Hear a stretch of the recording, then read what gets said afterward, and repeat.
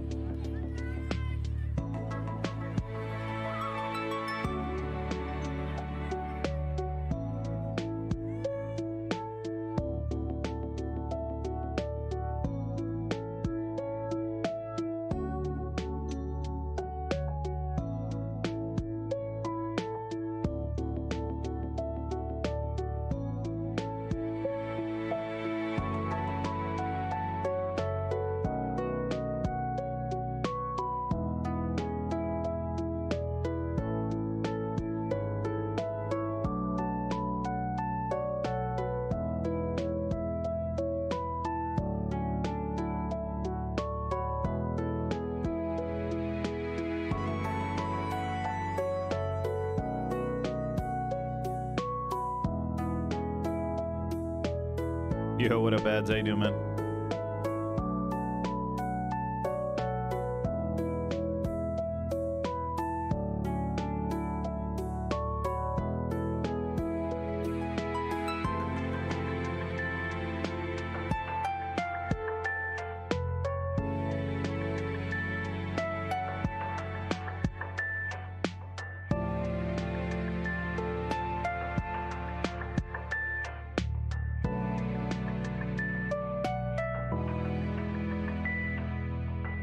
Milo's still mudded?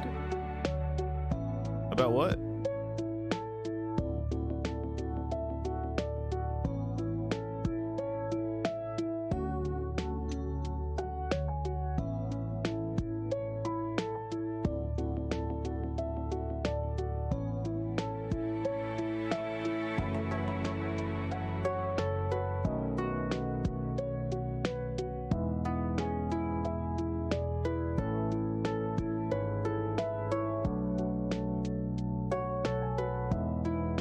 Oh no. Was he really? I saw his stream title this morning.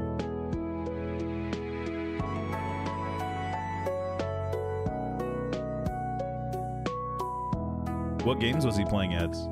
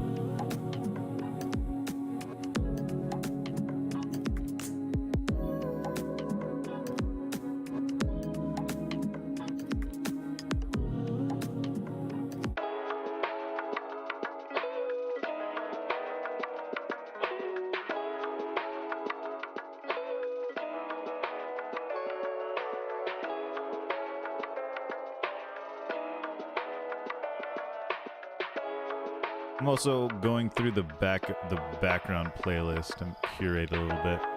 Milo and Hoff might join whenever. Just pre-showed vibes.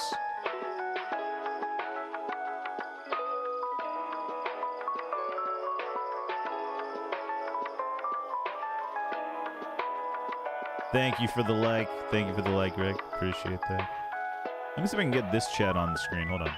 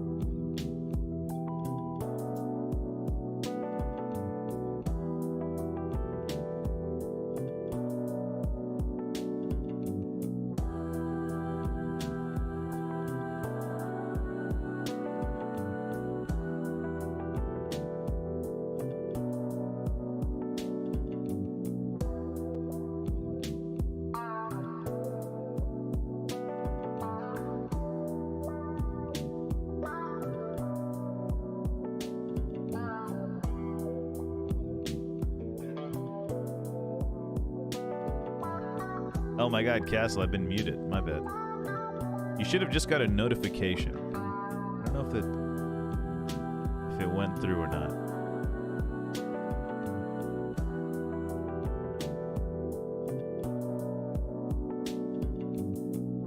It worked. Cool, cool, cool.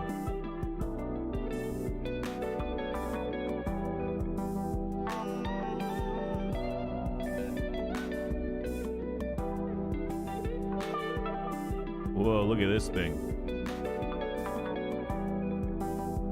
Hold on, I gotta fix this bad boy.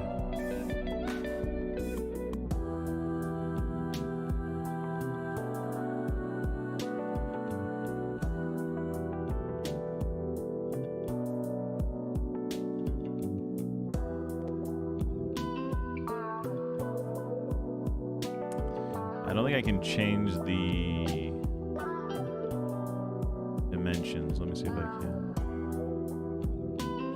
You are live with 91st minute. Cool, cool, cool, cool. Thank you for that, Castle. After Effects is so good compared to DaVinci Resolve. I'm gonna get devastated once this 1 week trial is over. You know what you gotta do. You know what you gotta do. You know what you gotta do.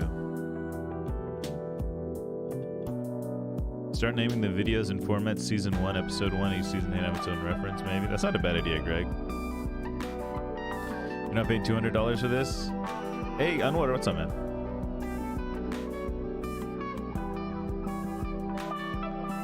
Well, everyone's technically a guest on the 91st minute, you know? Everyone's technically a guest on the 91st minute. Is it really that good? I've never used it. I've never used After Effects.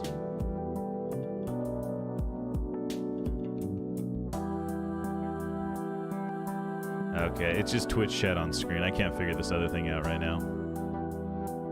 I'll have to figure it out another day. It just looks so bad right now.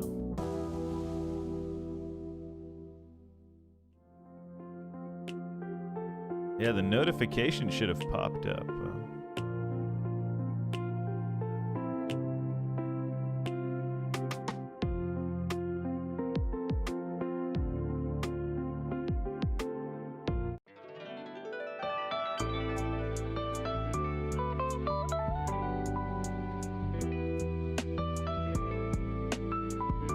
Mostly getting them Hollywood scripts. I know, man. It felt so scripted.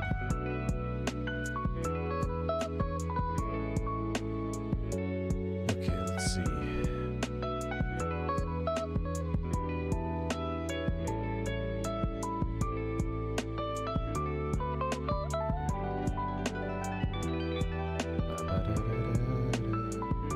Man City in the mud.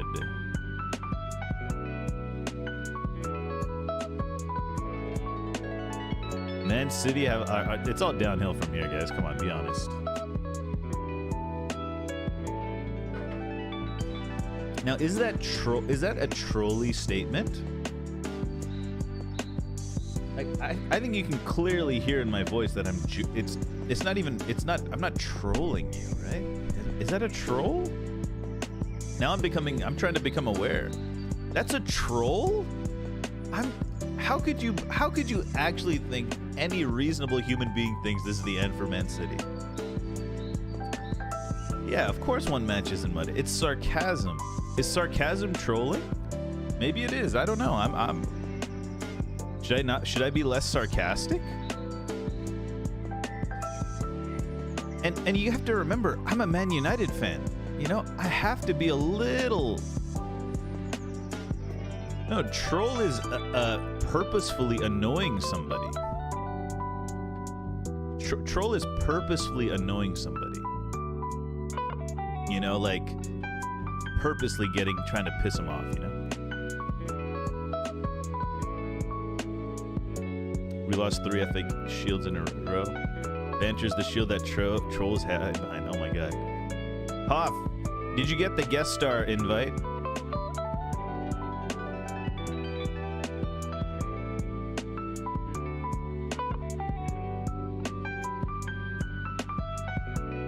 Let me know if you got it. I want to see if it works.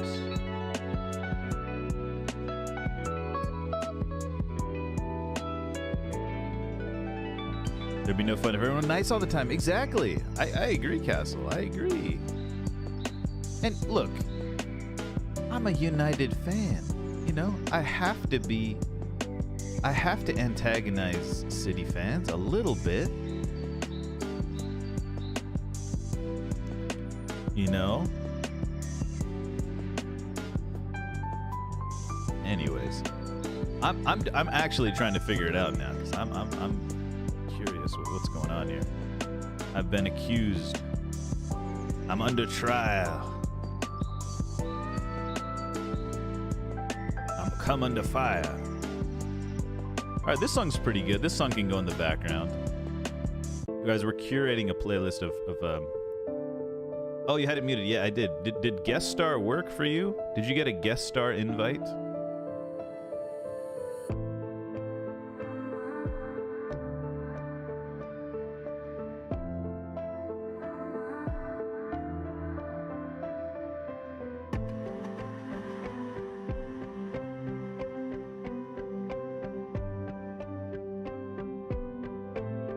Okay. Yeah. Excuse me. Yeah, we don't have to use you don't have to use you don't have to use it. Just join without camera. I think you have to just choose some mic. You don't have to use it either. Yeah, first time using guest star. So this like helps with notifications and stuff like that.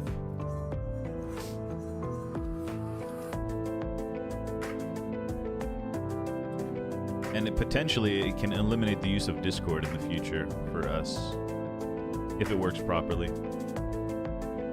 it would be all browser based. Could be nice.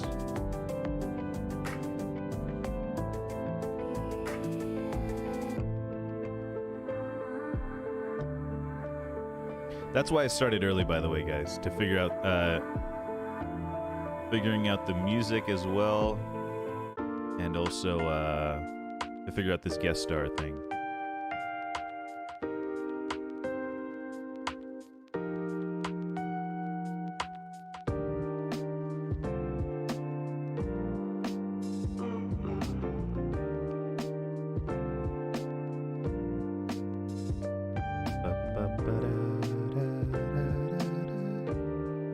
Hey, later, Rhino.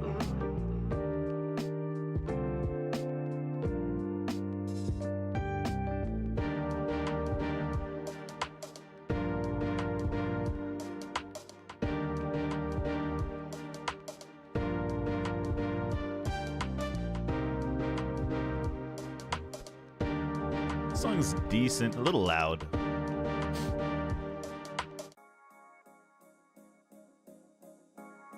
I don't even know if you guys can hear the music in the background.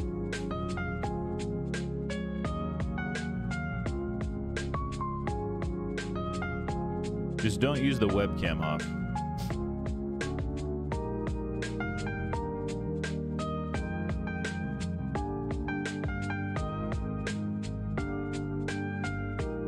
Yeah, I think so. I think so. You can also request to join. There we go, sent.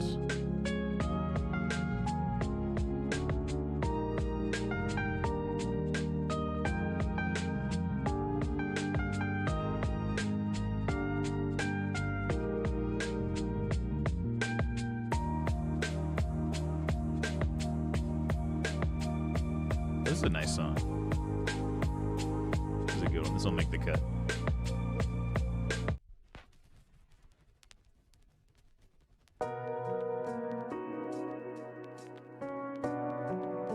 Depressing.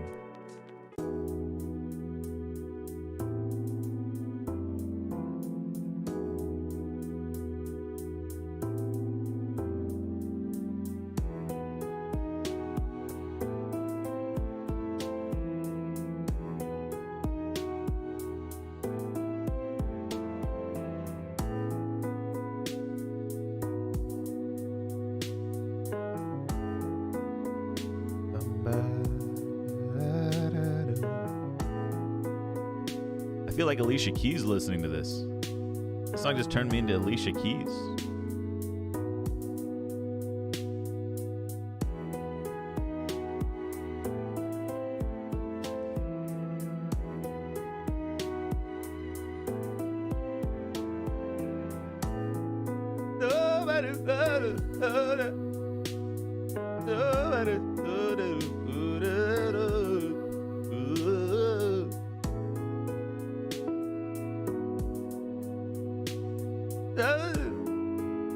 You don't see it. All right, so if you just go on Twitch, go to the channel, just go to this stream.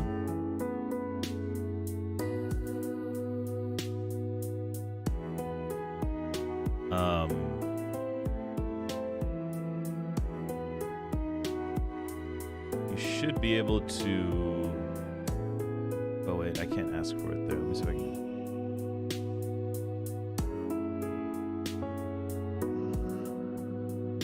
You might. Oh, you have to request access to guest star.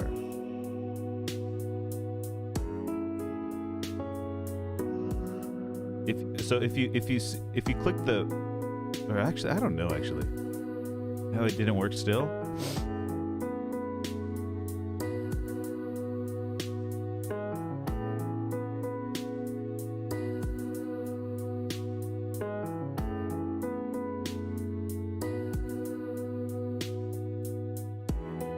Oh man, if you can't figure this out, there's no way Milo's gonna be able to figure this out.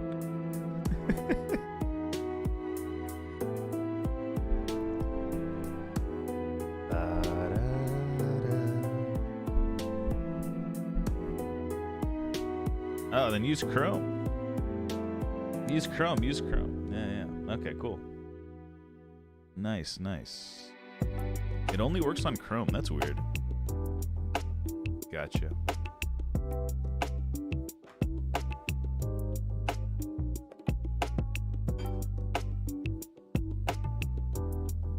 This is a decent song. I think it's a good, decent.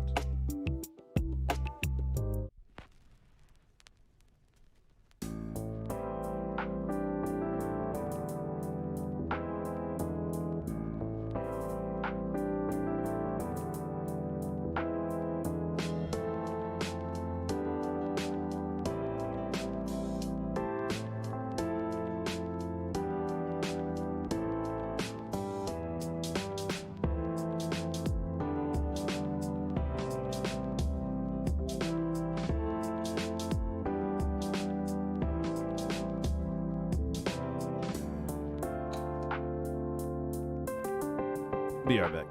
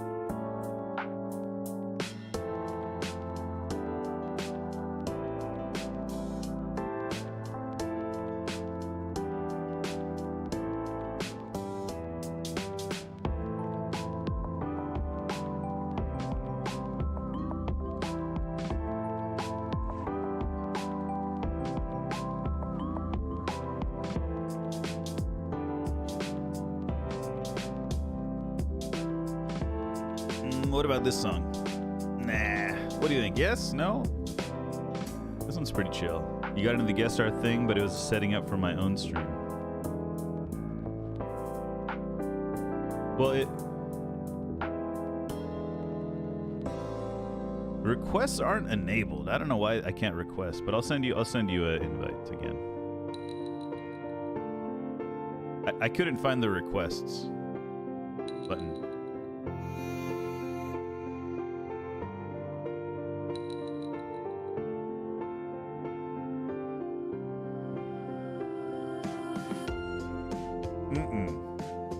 Not this song.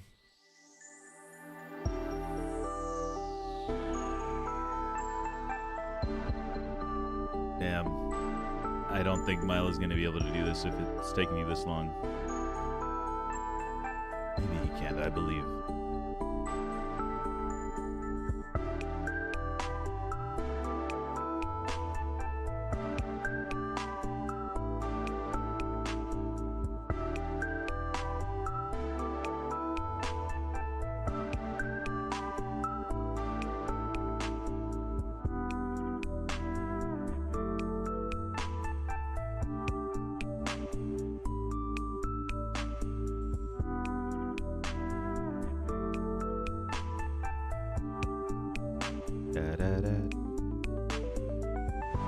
This is decent.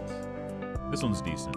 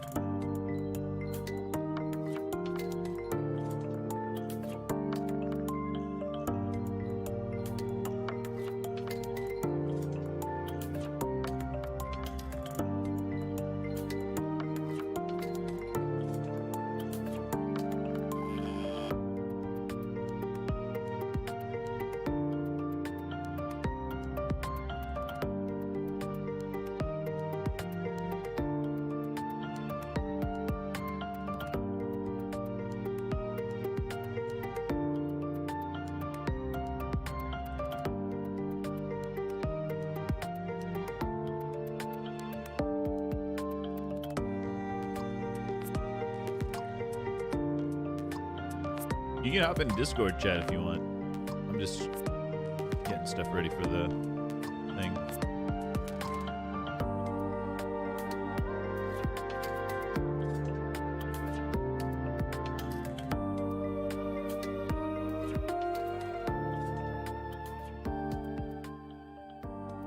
Hello? Hello. Oh my god, that's loud. Hold on. I think it was on my end though. Alright, is it working? I still don't see anything in my inbox, like the notifications. I have a bad habit of Turning like off closing notifications? all of those prime loot things when they show up, and Okay. it was a red dot at the top, and I had to close it, so I didn't think about accepting it. Okay. Let's see.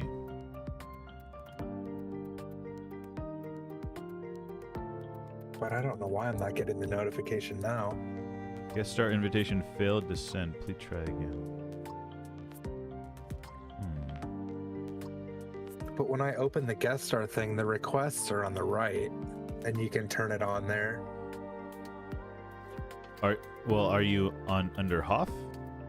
Yeah, I'm on mine. So that would be requests to your channel. Yeah. Okay. So you don't want that. No. Yeah, okay.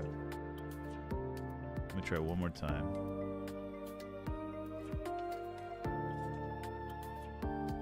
I don't know how to enable requests. How do you? Yeah, that's what, let me take a picture.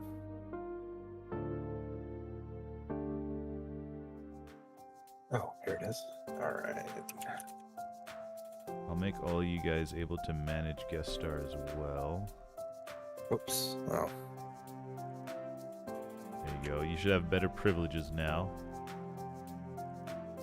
In chat. Okay. Close to another mod performed in app.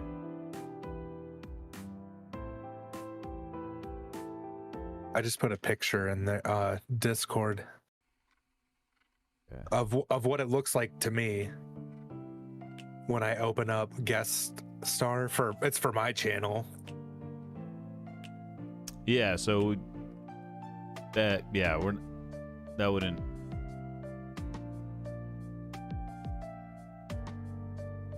Yeah, so that doesn't. The guest stars for the 91st minute channel. Yeah, no, I know, but I don't know if it looks like that, like where the requests it looks like are. that. Sorry. Yeah, it looks just like that. Yeah. Here, I'll show you. Okay. Like, But I played around with that request thing on the right, and that's where you enable it. oh, that's where you enable it. Okay, let's see. Yeah. Oh, There's like some parameters you can set. But thank you. Yeah. Thank you. That's it. Yep.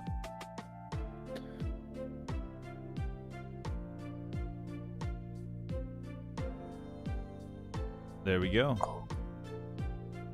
All right, now let's see what it looks like. Oh, audio only requests are on. Nice. Okay. That's it right Oh, there. And it notifies your followers. That's kind of sick. Yeah. So that's the. I like that. Yeah. There we go. Okay. Cool. Yeah, continue without camera. Got my mic on. Is it gonna be weird if I have my mic in here and on there? It shouldn't be. No, I don't have it. I don't have it in OBS. I would just put some random mic or something. Some Oh, random okay. I guess I cable. can mute the mic as well. Yeah. There we go. Join backstage. Cool. Got Ready? it. Here we go. Boom. Should work.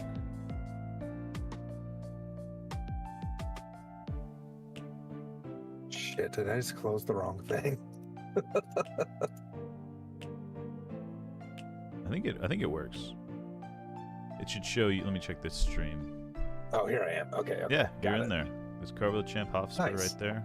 Nice. Ooh, sweet. Oh, and I can see the chat back here. This is slick. All right. Yes. So we could hypothetically just use there's this Japes. instead of Discord Yeah, that's kind of nice. in the future. Yeah. And it'd make the OBS a lot easier. Because right now I have to resize the windows, etc. Oh yeah. Welcome in, Hotspur. So the follower thing works because JP follows me. Oh, nice. Cool. Yeah, Unwar came in the same way. That's really nice. It's easier instead of having to restream the stream on my channel with my phone. That's what I tried last. Oh, I bet that's great for your like CPU. No, I did it on my phone on mobile. Oh, okay. So it wasn't too bad. So someone would have, well, I guess they would take your like whatever each person has for their OBS. What do you mean? Or how I'm just trying to figure out, like, we're on the 91st minutes. Yeah. Okay, so that would be, we would be using like the OBS from that. I'm confused as to how like the back end works, I guess. They're browser sources. Oh, okay. So your camera and audio is a browser source. Oh, So yeah, that's cool. Okay, I mean, yeah, interesting. it'd make things easier, especially if like you host a show one week, like super easy for that. Yeah, it would just be like when we did was it StreamYard, kind of like that. yeah, yep. Okay.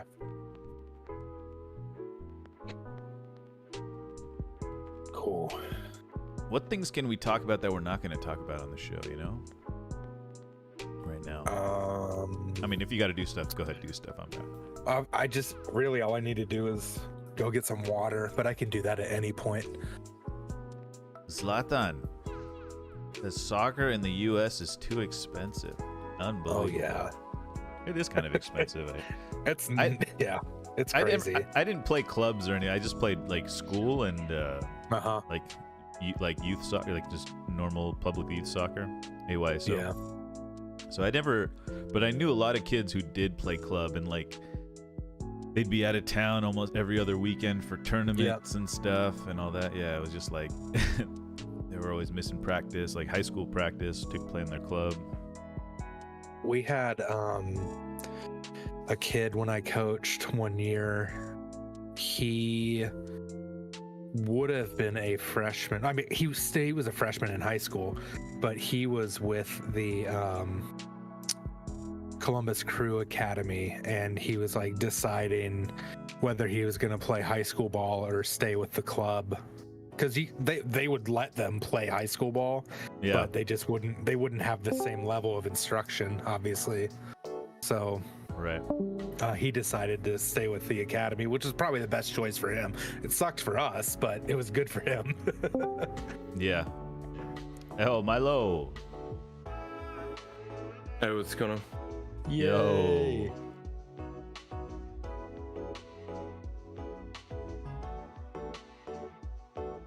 All right, Milo. We got some technical stuff to do real quick. Okay. I don't know if you're ready for I'll this. get some water. Okay. So, on a Chrome web browser, where you're logged into Milo the First, go to Twitch. Let me know when you're there. I'm there. Okay. Now, I'm going to send you an invite on Guest Star. Okay. See if you can see this invite. Hold on. Let me invite.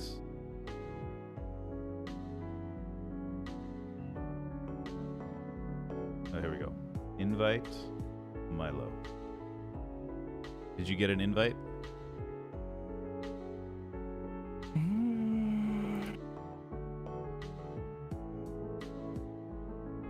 Let me refresh, maybe.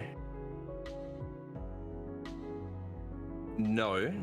Okay. I see one from half an hour ago. Yeah, try that one.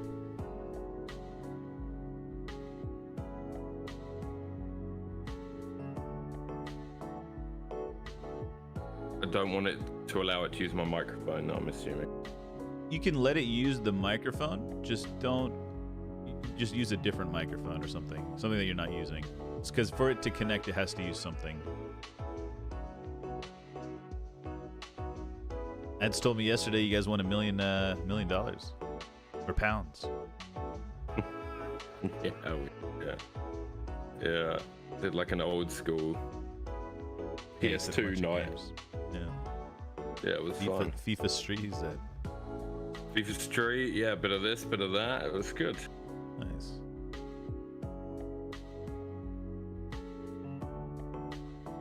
It says you're getting ready on my side. Continue without camera. Yeah, no cam. Okay. Oh, perfect. That was a lot quicker than. There we go. And now you'll pop up on. May I ask what this is for? So this will send notifications that you're a guest on the show, on the channel. And now, if you look at the stream, if you look at the 91st minute, or yeah. So now we have to leave that window open and just minimize it, basically. Now, if you look at the stream, you can see it down there at the bottom. You see it?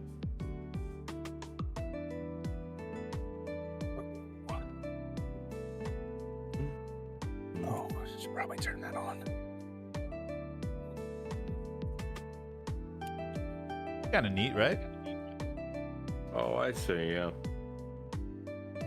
Yeah. And so in the future, we can integrate this, and we could avoid using Discord altogether. Don't know if it'll be better or worse, but it's an option. We'll have to do an audio test. See what it sounds like through there. Yeah.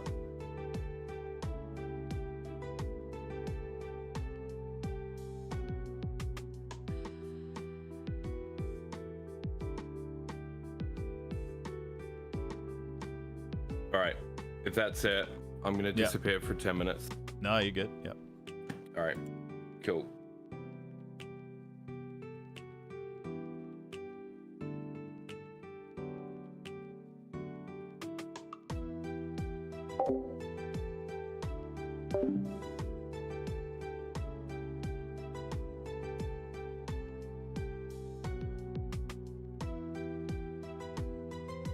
Sounds weak.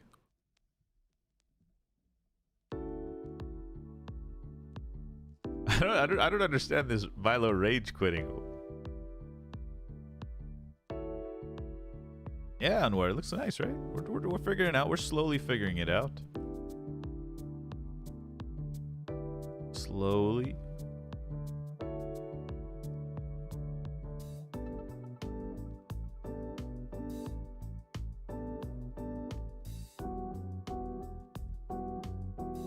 But yeah, guys, make sure you guys subscribe to the YouTube channel. It's all in the YouTube. That's where all the juice is. This is where all the behind the scenes juice is. YouTube's where all the good juice is.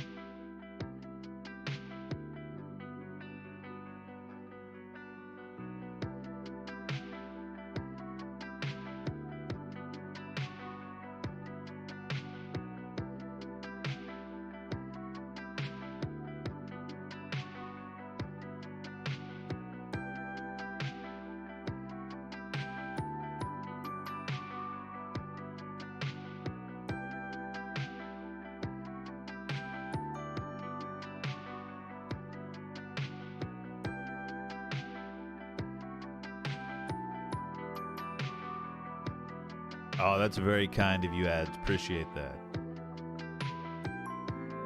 Appreciate you. Shout out to ads.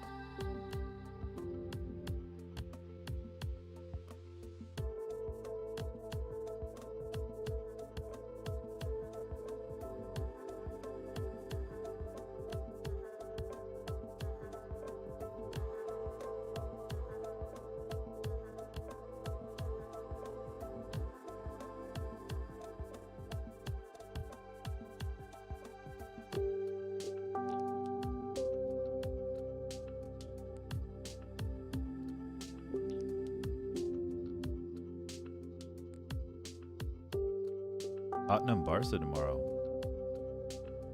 Really? That's an awkward time for Tottenham.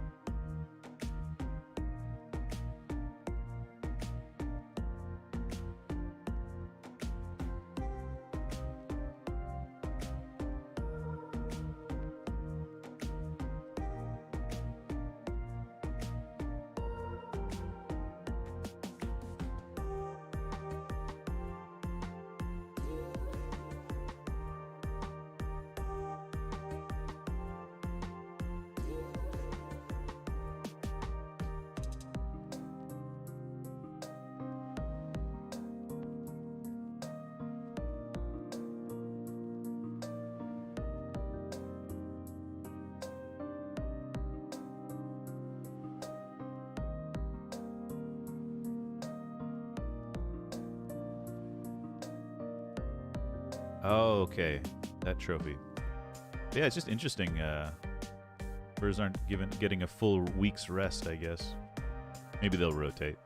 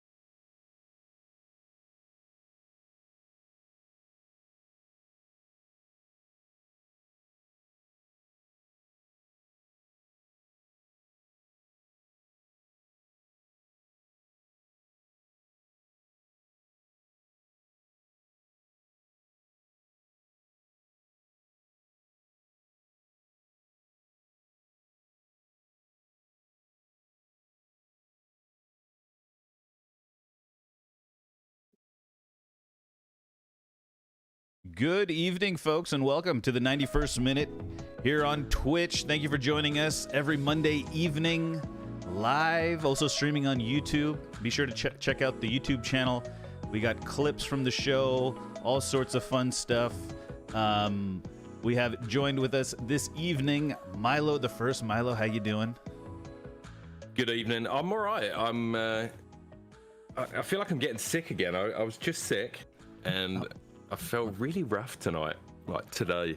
So too much partying after Arsenal's was it the Champions League you won yesterday? What was it? Yeah, sure. Why not? The Champions League. Yeah, it was. Yeah. Nice. That's a bummer though. I hope you feel better. I'm good. Just a little. Guys, he's gonna power through. He's got. The kids are what, one and a little bit, so they're a handful. They're a handful. They are a handful right now. Yeah. Jeez. You ever just never mind. Yeah. Never mind. Hoff, how you doing, man? Better. Thanks. Oh yeah. What you had another disease last week. I totally forgot. Yeah, I'm just collecting. I'm running a mini CDC here at my house.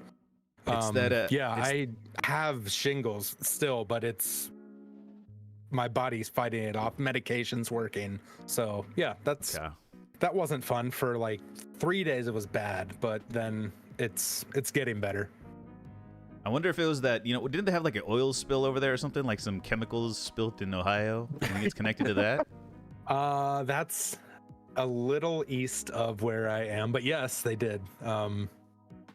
If I start sprouting like a sixth finger or something, then I'll be worried. Have you turned the lights out in the room when you're looking in a mirror just to see if you glow in the dark? I haven't yet, but also my wife hasn't complained that it's bright when the lights are off, so. Fair. Very nice. Very nice. Obviously the season's about to start. You must be a little excited about the NFL season, Hoff. You excited about that? Love the NFL season. Yeah. How are the Browns looking? Don't know. I'm a Bears fan. Oh, you're a Bears fan. Okay, I assume since you're in Ohio. Yeah, that's a fair assumption. Columbus is like right in the middle of Cleveland, Cincinnati, and then Pittsburgh's still pretty close too. So like there's Columbus is weird fan base wise. There's like 3 distinct fan bases in the city. Yeah. And they really don't mix well. Real quick before we get into our first topic, did you guys see Messi's heroics last night? Did you guys see that? Yeah, I got some thoughts on that. Oh yeah, let's just talk about that a little bit. I mean, that's you want to just chill and talk about that? Yeah, let's just chill and talk about that a little bit. This can be controversial. Oh boy, okay. So I was thinking of suggesting it as a segment, but I won't. I think we need to see what unfolds. I got to be honest. I think there's some sus behavior afoot here. Okay. Ooh. Like I'm just gonna say it, and I think a lot of people may be thinking it. If you watch the highlights, I didn't watch the game, so I am taking it out of context, I suppose, by not watching the build up to each incident, right? Because when you watch the highlights, even if it's a extended highlights, you're still getting, whoever's put them together is picking and choosing what you see, right? Yeah.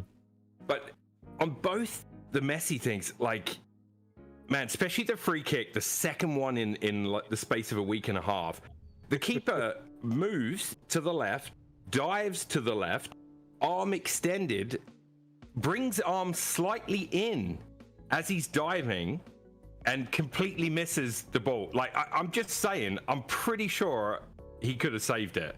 It feels rigged. It looks really sus to me, man. I strongly urge all of you football fans to go and watch those and think about, whoa, wait a minute, because, man, that free kick especially was really sus to me. I mean, the penalties is what it is, right? But, like, it all seems a little too good to be true for me. Okay. I have to take a look at the free kick. I didn't notice that about the keeper. I didn't notice that. But I'll tell you this. Okay. I mean, that kind of precedes what I'm about to say. But what I'm about to say is, a lot of my non-footballing friends, one of them has got an Apple subscription now. One of them told me he's so pissed that he never saw Messi play in his prime. He was like, "Oh man, I'm so jealous that you got to watch Messi play in his prime. I wish I was watching football when Messi was in his prime." Has he heard of YouTube? Yeah, he can watch YouTube, but there's nothing like watching him turn Jerome Boateng in real time, in the Champions League. No, I 100% get it, but like I do, I'm sure that it's working wonders for that. But this is what I said to you guys before when we got deep about the MLS. Like, will they run with this? Like, what is? There has to be a plan for when Messi isn't playing. Absolutely. It's all well and good now milking the attention and being very relevant in American sports. But let's face it, it's a good time right now because NBA hasn't started, NHL hasn't started, NFL hasn't started, college ball hasn't started. Once those sports start, they will take over again. The MLS have to strike while the iron is hot. I don't think they'll do that. There was, funny enough, there was an interview, I think today it was released. Don Garber, I don't know what his name is. Who the head, is it Don Garber? He said he was talking about Mbappe, and he was talking about how, in the future we would like to be able to, accommodate a player of Mbappe's status in the future, right? Like right now, the way the rules are set up, Miami had to pull a lot of strings to get Messi, Busquets, Alba all in that wage cap. And, that's why, like, going for players like Mbappe is, like, pretty much not possible right now because of the wage cap. But this is the first time I heard about this, like, murmurs of them changing the salary cap format in order to accommodate these big names that are just great for the league and stuff like that. So maybe, maybe down the road that could happen. There's a chance, but there's a lot of work to be done because to make it a prestigious enough place to go in the peak of your career.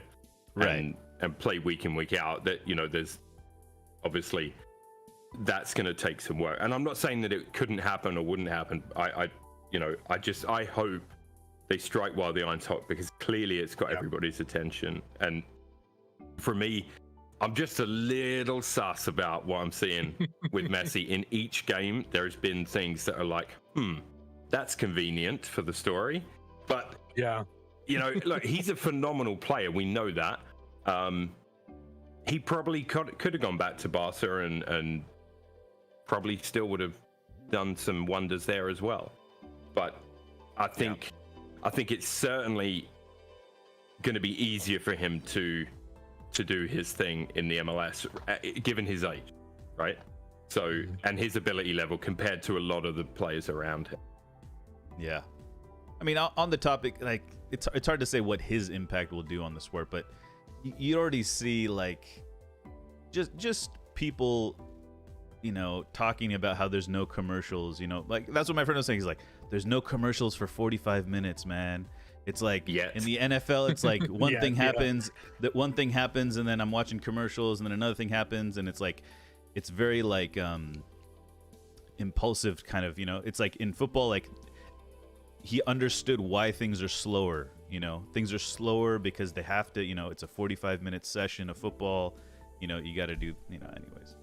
I that think feeds into why, when things have come out of the States before, I don't have a source or credence to it, but like there has been things come out of the States before where they wouldn't mind having it in quarters, right? More break, more advertising revenue. Yada yada yada. That's always like if you walked into a pub in England randomly and asked them what they thought of that, it would be horrendous, right? Like we don't want to see that. Less commercials. Right. But obviously, with all this money and all these eyes on it, I guarantee there are people in the States thinking like, how can we make more money off this Messi situation? Yeah. Well, they have the drinks break, which is kind of, it's not so bad, right? That's true. It's not, I mean, obviously it's not 100 degrees every day. You can justify it with the temperatures as well, which I think is right. Yeah, because it's presumably very humid down there and tropical, isn't it? I mean, I've been to Florida. Yeah, well, it was very tropical when I was there. 102 in Frisco, Texas, where they played last night, right. Which is just crazy. Yeah. Okay. It could be rigged. Who knows? It feels rigged. I mean, obviously, just even from the World Cup, it feels rigged. It's just too perfect, It's just too perfect. It is, and that free kick in particular, my brain, all the alarm bells and red flags went off that when I watched that free kick. Like I don't know. And maybe it's just that goalkeeper's ability is not as good as a goalkeeper that I watch week in, week out, maybe in the Premier League. Do you know what I mean? Well, very well could be a possibility. It is a possibility, but the defending in MLS he did everything right. He had the wall protecting that side. He knew Messi was going to go for that corner. He starts to go that way before Messi strikes the ball. Like, he's in the right place. I don't know. It stinks to me a little bit. Just saying. Yeah, I'm gonna check it. I will check it after the show. I spilled water all down myself, by the way. Just as you were talking to Hoff in the intro.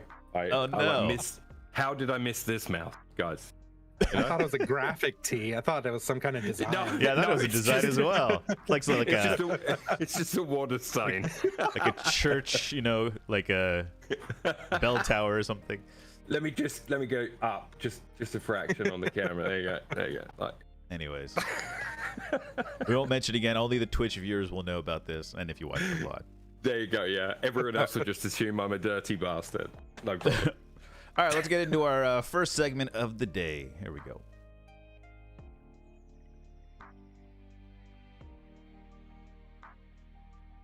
Arsenal finally beat City to lift the...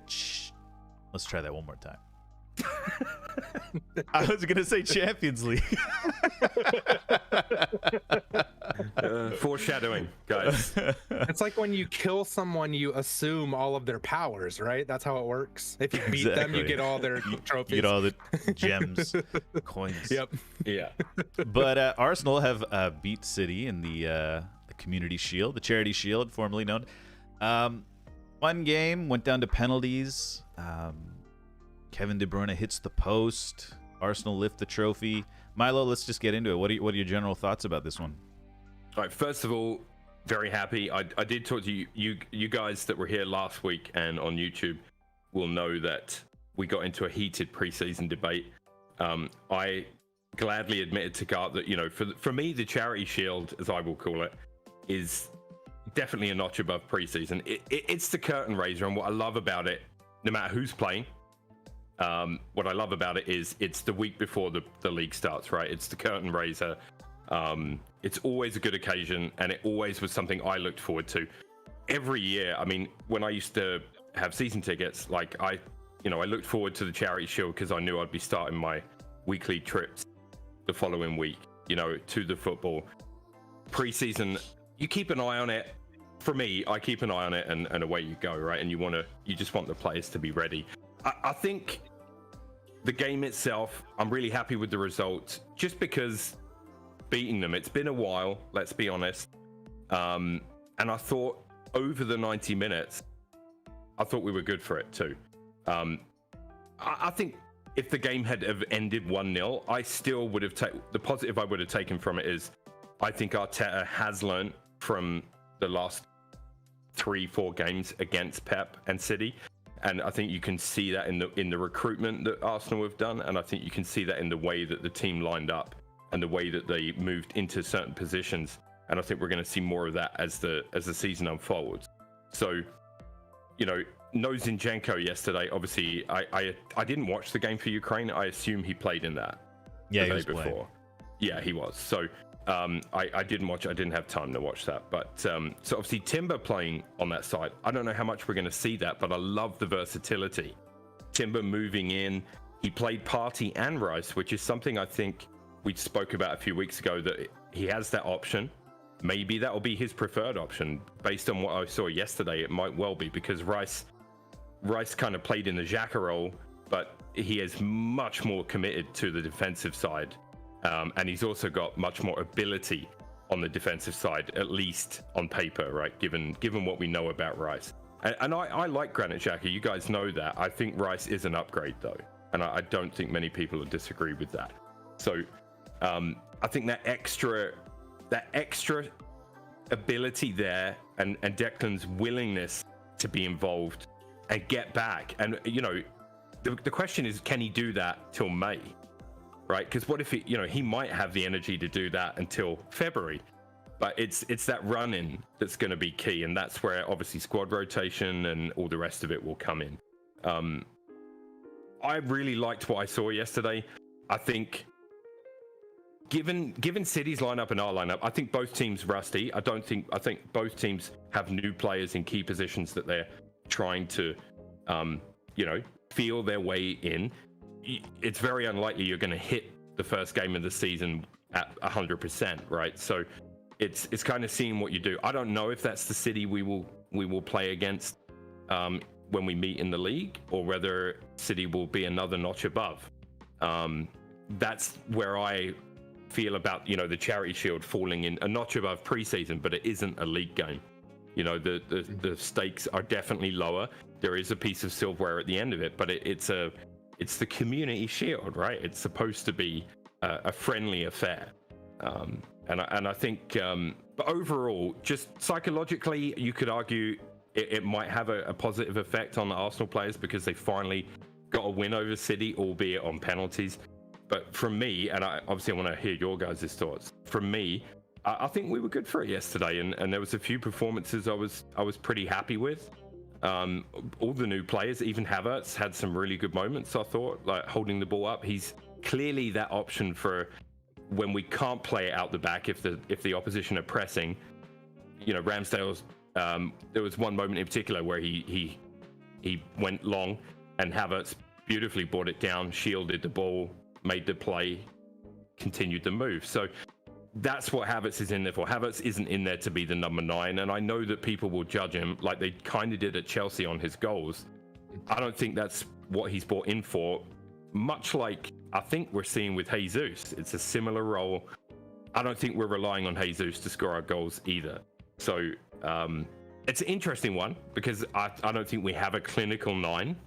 I don't think Eddie is it, but he's a different option. But yeah, overall, really happy, and it's nice to start the season that way. But the business end starts next weekend, and Nottingham Forest. So that's, to me, that's a bigger game than yesterday.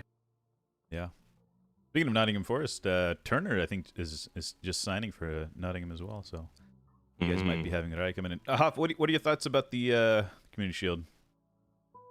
I thought it was entertaining. And it's, just that anticipation. Like, we know the season is coming, and then the Shield is here, and you're like, oh, it's only 1 week. It doesn't, I haven't seen Spurs play in it, so I haven't watched my team play in it. So, but it's nice to know, oh, there's what's Sunday, 5 days, that first Friday night game. So it's, that's my favorite part. If my team ever played in it, I'd be happier, but who knows when that's going to happen. I just about preseason matches in general, I'm always mostly a performances over results kind of person. I just want to see improvement, good performances. If you win or lose, doesn't matter as much, but I think results good results help, certainly. Just building a mindset of overcoming, winning, things like that. So I think that can do one. It could be something that helps Arsenal this season. I think that's certainly possible. It's 1-1 after regulation, but still, we can beat these guys. We're lifting the trophy today, they're not. So it's just it's a weird mindset thing. I'm sure top level athletes all have that, some kind of trying to win everything mindset. Absolutely.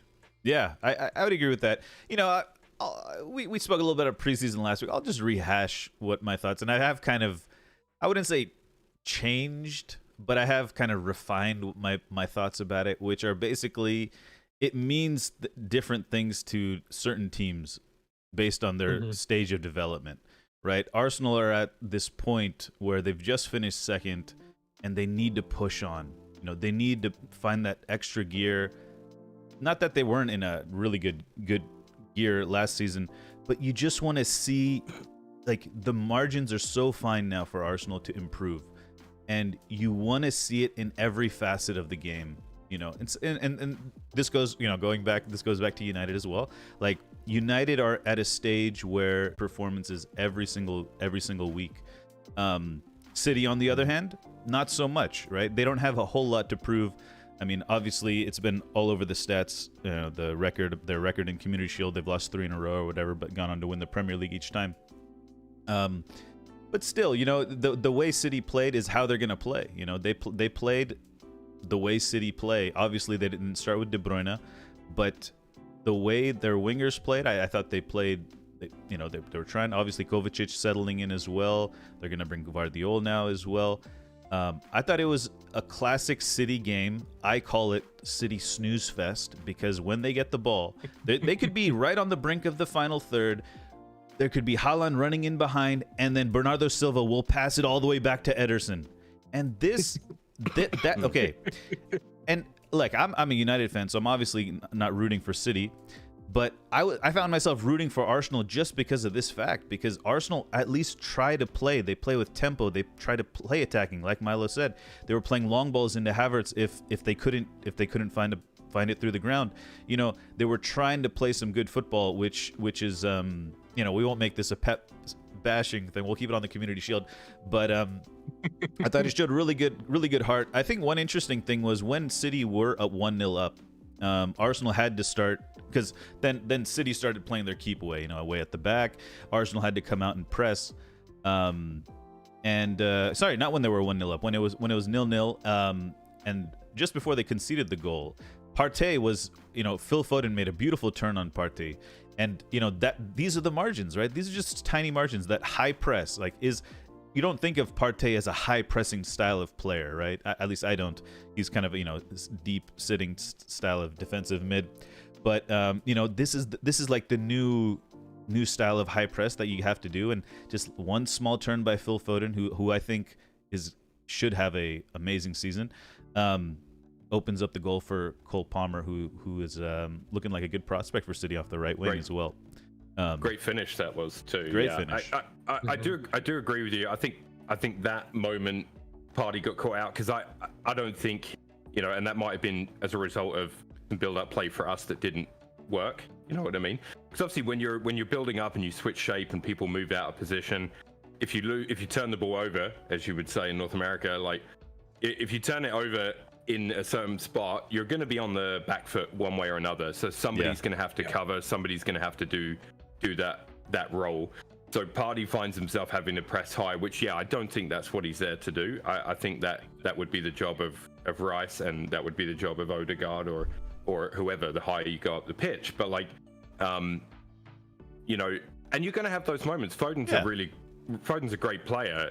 You know, you're not going to come through 90 minutes and not chances against your team. It's just, that's not how it works. So maybe the odd game in history a team has, you know, 0 chances on goal, but it's pretty rare. So I think I thought their goal came obviously right after a substitution.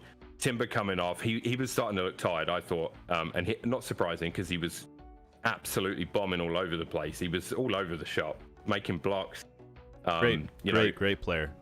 I thought he had a fantastic game. He's got the dog. Surprised. He's got that dog in him. He does, and that is something we need. Obviously, Tierney, a bit harsh on Tierney. I think people are going to be harsh on him because, you know, as your team gets better, you start to look. It exposes your weaker link, if people like, right? Tierney is a backup left back. Looks like he's staying at the club, maybe. Maybe more so than ever. It looks like he's staying at the club. You know, Tierney will get grief for that when he came on, because Palmer turned him like that. Yeah, it was a tough slip. It is, but also, you know, when you first come on, sometimes it takes you a few minutes to get up to the pace of the game, and also you don't know the player you're up against either. You know what I mean? Like, I just thought Tierney will get grief for that, but, you know, a sudden change and they capitalized on it. So that, again, a small margin there, which, you know, in the league against City, something Arteta needs to think about. If I make a substitution, you know, we have to be ready to adjust, and they might push at that exact time. Like it's just one of those very, very small margins. But I like that we're talking about these small margins. This is why I was going to say earlier, like, had it finished 1-0 to City, which it looked like it was going to do, I would have been disappointed that we didn't beat them again. That would have been the biggest disappointment. Not lifting the shield, that wouldn't have really bothered me. Not beating them again or not giving them a run. But even at 1-0, it would have been the best performance against City for Arsenal in a number of years, because typically we'll go back 3 years, maybe we go toe to toe with them for 15-20 minutes, then they score one, and then it's a trickle effect, 2, 3, 4 by the 90 minutes. You know what I mean? Absolutely. Last season, I feel like we went toe to toe with them for about 70 minutes. You know what I mean? And we had a really good performance against them at home, but we still ended up losing 3-1, I think, right? So again, once that, it's about also seeing the course, right? So the whole Arsenal, when they play City, they have to buy in. If they go 1-0 down, they need to dig deep and fight their way back. And I thought, to be honest, I thought the end was always going to be a little bit chaotic because of the changes that we made. We had, obviously, Trossard came in and Smith Rowe came in and Fabio Vieira came in. So there's a lot of different dynamics going on up front, and I thought it might create City some problems, and it did, because it's much harder to predict, right? If you're facing Saka, you know what Arsenal are trying to do offensively. Once you make that amount of changes, it just adds a little bit of chaos in the mix, and I think that's what led to the... Absolutely. Off any closing thoughts? Bring on the season. Bring on the season? Yeah. Yeah. It seems like Fabio Vieira might be the Saka backup on the right, kind of like who they're going to rotate in. Maybe I think in preseason he played off the right side a couple times, because you guys don't really have a Saka backup, but could be interesting to see what happens over there. Him and. Yeah, I mean, he also obviously is slotted in for Odegaard before, when Odegaard needs a rest. There are going to be games, especially with the Champions League. But Emil Smith-Rowe gives you an option to cover on the left side, and also Odegaard as well. Yeah. So I feel like I said this to you guys last week, I'm very happy with what I've seen in terms of our entire front five. Very rotational. You know what I mean? And players in every position that can play in different positions. So... yeah, the one thing I will say is we talked about Timber. Obviously, I thought Saliba was immense against Haaland yesterday. There's a lot of talk about that today, obviously. And, it's the Charity Shield. Let's see if Saliba can pocket him for a Premier League game before we get too excited. But, when we lost Saliba to injury last year, it was a turning point, clearly. The results changed instantly. I think it's fair to say it was a big part of it. Do we have that cover in place? Can we make, if we get a key injury like that, do we have that cover in place? That's where I don't know. I think we're in a better position than we have been for a long, long time. Later in the show, we're going to do our predictions for player performances, and you might be surprised what I have for one of my choices for this topic that you're talking about right now. Okay. That was a cut. All right. Trying to figure out if you try to tell me Saliba's overrated, I'm gonna cancel you. No. We'll get to it. Don't worry, chat. We'll get to it. don't let him. Yeah. What was chat saying? That was chat. Game is irrelevant. Even Leicester beats City in Charity Cup 2022.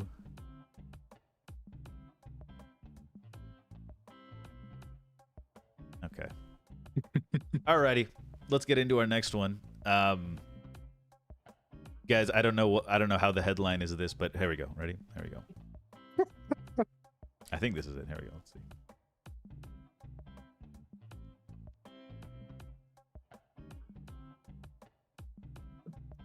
That's not it.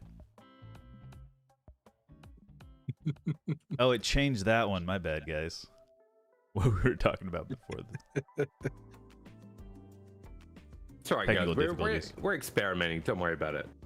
Guys, don't worry about it. This is the Twitch stream. This is This is where the real people are. The YouTube people, not real. They're not even real people. Nope. Yeah.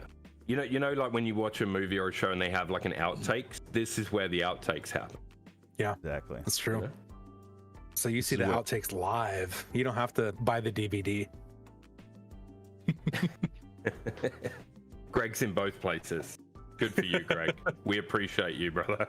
All right, there we go. Sorry about that.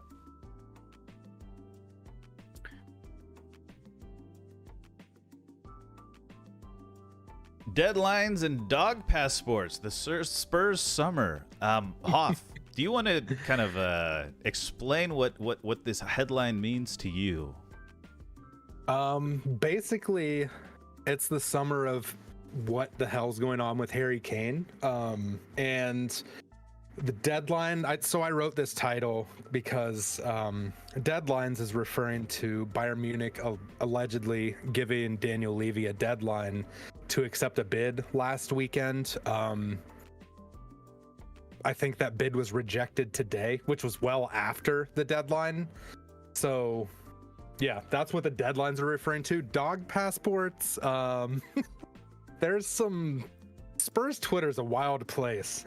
There's some ITK person that was talking about Harry Kane's wife getting dog passports for their dogs so they could go move to Germany. But apparently your dogs don't need passports if you go to Germany from the UK. So because they're not, I'm not sure why, but I did find that out. So I learned more about dog law than I knew before. What if this is code? What if Harry Kane is closeted furry? Ooh. You know, Seems what if like this a bit of a stretch, but okay. Okay, I don't know. I'm just throwing it out there. That's an interesting theory. Okay. No, he's probably not. Of course not. Who knows? But yeah, how's the Spurs summer looking? You guys play Tottenham, or you guys play Barcelona tomorrow in the? Yeah, Barcelona tomorrow. Brentford away on Sunday morning. I know we talked about like what you mentioned earlier about teams being in different areas, I guess, of Phases do performances matter? Phases, right, of performance versus results mattering in preseason. I'm kind of concerned because we're only going to play 4 preseason matches this whole preseason. We had one match canceled against Leicester because you schedule a preseason tour in Southeast Asia during monsoon season. That's probably going to happen. But the 3 games so far, I've been very pleased with. I watched most of the Shakhtar match yesterday. I thought they looked pretty good. Kane had 4 goals.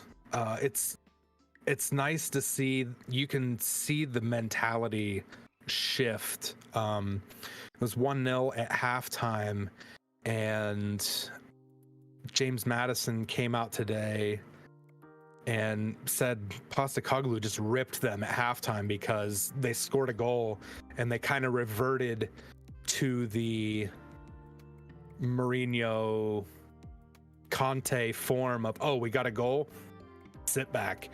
And he's like, no, we're not sitting back when we're 1-0 up anymore. That's not what we do. We're going to attack and always attack.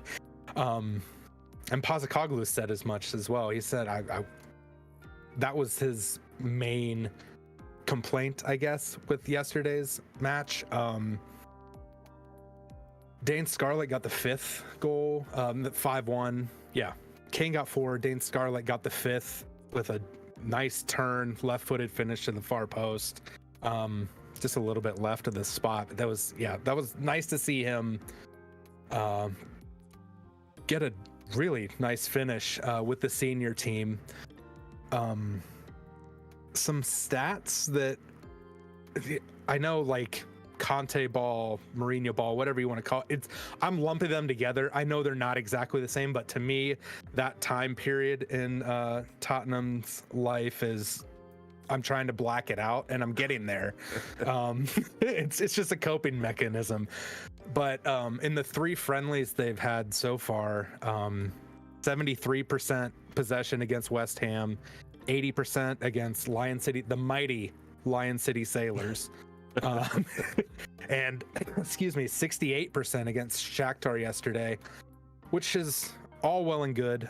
2 5-1 victories, and they lost 3-2 against West Ham. 101 shots in all 3 of those matches. So that's like, what's that, over 30 well over 30 shots per match. Yeah, you guys are playing crazy attacking football from the games I've seen. Yeah, which I hope that is. I hope that's the standard and not the exception, like, to the rule. I think he's gonna. And based on everything that he's done up to this point, and he being Ange Postecoglou, everything he's done up until now, and everything he's said, I don't see him. I mean, he might tweak things here and there, but I think it's just gonna be like run and attack and press, and I'm here for it. Let's talk about Kane. Let's talk about Kane a little bit. Yeah. What's gonna happen? Kane, he has. I don't know if he's actually like said this publicly or if it's gone through channels, but it's been reported that he has said that if he isn't sold by the Brentford match, then he doesn't want to leave until, I guess potentially until after the season. But he's said he didn't want to leave if he wants to see the season through, basically, if he's here at the beginning of the season. So I guess that kind of puts another deadline on things in a roundabout way. I got a question for you, Hoff, as well. Yeah. Like, so actually 2 questions for you. Staying on the Kane topic. Yep. What, like, are you okay if he goes at this point? Like, you probably just want the saga over one way or another, right? I've been there with players in this boat too, so I understand. Yeah, I'd like to see resolution either way. I think that Richarlison is a better fit for the system, but I'm also like not naive enough to say like he's probably the best player on the team regardless of the system. I mean, he scored 4 goals yesterday, so he can. I feel like given a little more time, he could adapt to be back to that. Like, I mean, he's not going to beat anyone with pace really, but you want in this system, you want your strikers like keeping pressure on the center backs pretty much and trying to move them around. And that right now that's not his game. But yeah, it's an interesting one for sure. Yeah, I think if he's. Go on. Oh, sorry. Go ahead. No, go on. No, I was just going to say my second question to you is a lot of talk of Spurs attacking. Obviously, under Angie, it's going to be a more attacking brand of football. Mm-hmm. Do you think the club has done enough to address defensively? Like, do you think if his focus is primarily attack, what do you think about his system defensively? Because when you play the top teams, obviously, you know, you're going to be under the cosh. Have they strengthened enough there? You got a new keeper in as well, right? So there's going to be some question marks for sure, that end of the field for you.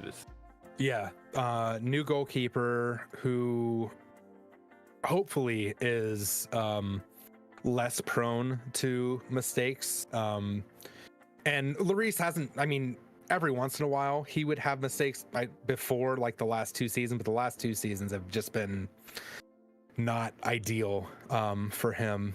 I think, Van de Ven is, I think that's finalized. I think it's been, the club hasn't announced it, but everyone else has assumed it's happening. I think that will be huge, having a center back with his pace. I mean, if you're going to play such a high press, high line, someone that can cover. Like the clip that, if you've seen anything about Van de Ven, you've seen the clip of him on the against Union Berlin when they had a counterattack on an open net, and he just blazes past the Union player. He was the fastest defender in the Bundesliga last year, and there's a lot of fast guys there. So hopefully his technical, tactical ability is up to the standard of his physical ability. And I think, I mean, it's nice to have a left-sided center back that has a lot of promise. We had Longley last year. He can pass a ball, but defensively, kind of shaky. Doesn't give much confidence. Hopefully, Van de Ven is a change from that. And Just also, good. Sorry, good. Oh, I was gonna say also Destiny Udogi on the left, coming back from loan last year. He's looked really good in the preseason. Like before the games, everyone's like, "Oh, I don't know if he can play inverted." He's looked like he's played that system his entire career so far, and I've been very pleased with him. I don't know the extent of his defensive responsibilities, but so far he's been pretty good. And I always have preferred Emerson on the right, just because I feel like he's a above average defender who can also get into the attack. I feel like Porro is more like a right winger that is playing as, or masquerading as, a defender. He's good, don't get me wrong, but I feel like defensively that's not his strong suit. So I feel like if you have Udogi as more of your progressive wing back, and Emerson, or even they can interchange throughout a match, as long as one stays, one goes. I think defensively, I have hope. But also I don't expect clean sheets. I haven't expected clean sheets with Spurs for years. That's an abusive relationship. Yeah, I think tomorrow for you guys will be telling. 'Cause I think tomorrow's the first time you'll be playing a team with a good attack, right? Barcelona. Yeah. I think all preseason you guys have been on the front foot, been the A team. Tomorrow will be interesting to see how you guys set up defensively, because they're going to have possession, right? They're going to have possession like a City, like a Arsenal, like a Liverpool, or like these top teams in the Premier League. So it'll be curious to see that. I was looking at your guys' midfield. You have Sarr, Bissouma, Dembele, Bentancur, and Højbjerg is rumored to be leaving, I think, to Atletico. And with this system, you're going to need I feel like if Ange is going to stay consistent with his full attacking, you're going to need a counter-pressing center mids. And I'm curious to see how Bissouma, Dembele will deal with that. I'm not really familiar how with their movement, etc. But yeah, a lot will be expected of that midfield to provide the counter press. I think defensively, I think Ndombele might get sold before the window closes. There's a lot of talk of him going to Turkey, but I think Basuma is another one that has just looked like a different player. Well, he's been playing, which is different than under Conte. Because Conte just used two midfielders, so just adding another midfielder has given Basuma a chance to shine. And I think if he plays like that defensive mid, and then the 2-8 roles up in front with Sarr's looked really good. Madison is I had high expectations for Madison, and so far he's met them pretty well.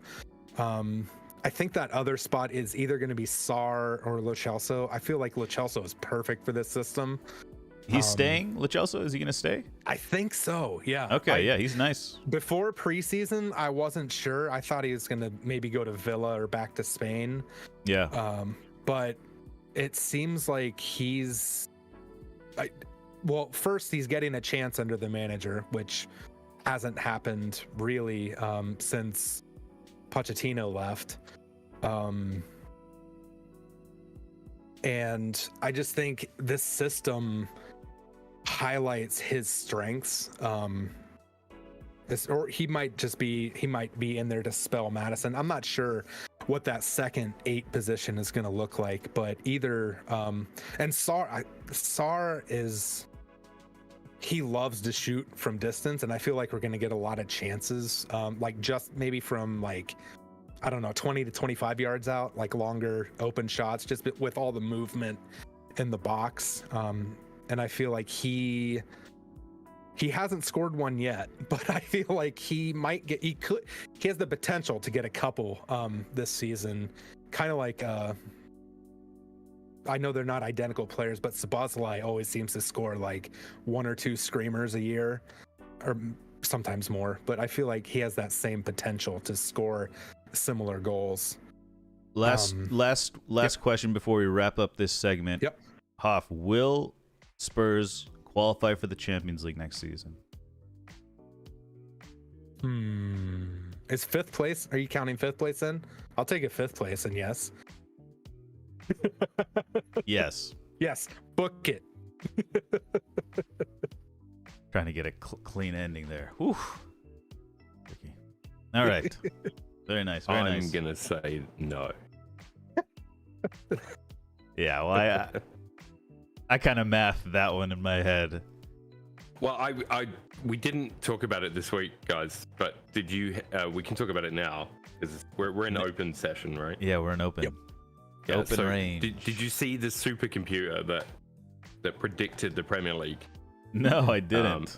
So they've done the prediction. Supercomputer has struck, and Tottenham indeed finished 5th, according to the supercomputer. Okay. Nice. I'm not sure about this supercomputer because they've got Luton Town finishing 12th. Oh wow! Oh So wow! The Tithe Chong effect. That's a United youngster. They have Forest, Fulham, and Sheffield United getting relegated. Champions, Man City. They have Forest, Arsenal. Fulham, and who? Sheffield United. Okay.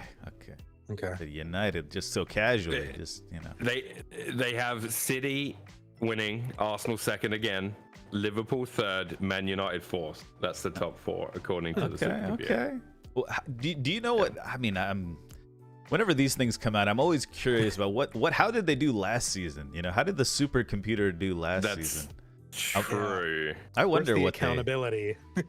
Yeah, you know, like we always talk about, Champions League. Oh, you know, when Man City get to the final, we're like, you guys were always the favorites, and then I have to look up the odds, and sure enough, they were the odds-on favorites at the beginning of the season.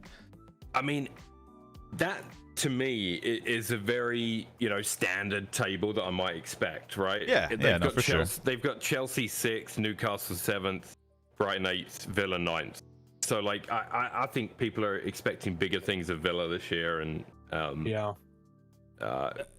wonder if the computer plays it safe based on everything that's happened in the last 10 years, or obviously it has access to all the data, right?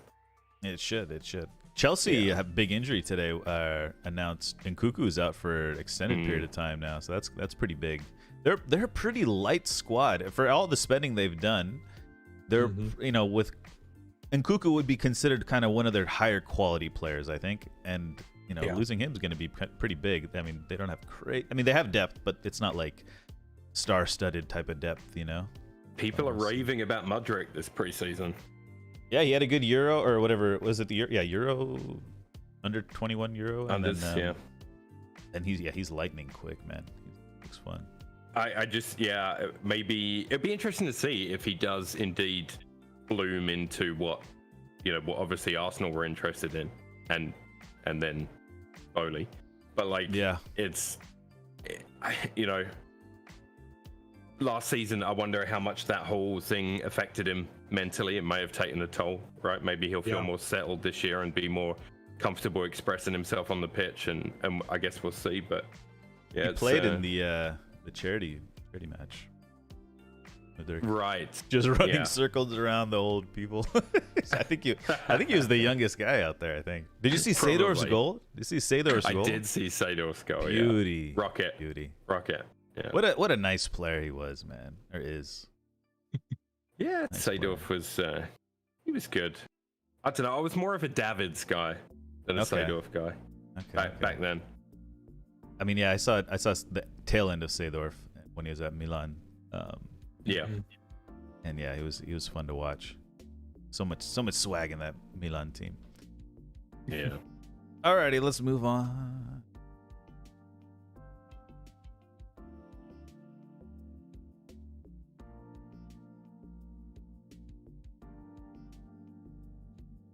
It cut the transition off. Do you want to redo that? I'm redoing it. I don't know why it's so finicky. Outtakes, see, guys? Yep. This is for You're the so Twitch. lucky. You know, this is guys. You guys can look. We can be transparent in this section, right? This is a long form podcast. Like we don't have to be like bang bang bang. But the YouTube clips, we're trying to keep a little more bang bangy. You know. Yeah, we don't have a time slot on like a network TV. We can do exactly. what we want. Look at this. Yeah. I'm gonna drink this. Yeah. Okay. Oh, I forgot to get my Prime. Oh shit. Oh yeah. We gotta do some. What kind of challenge should we do for our first challenge? Something we could like easily Amazon Prime. You know, I don't know if you guys have Amazon Prime. Do you guys have Amazon Prime? I do. Mhm. Okay. Yeah.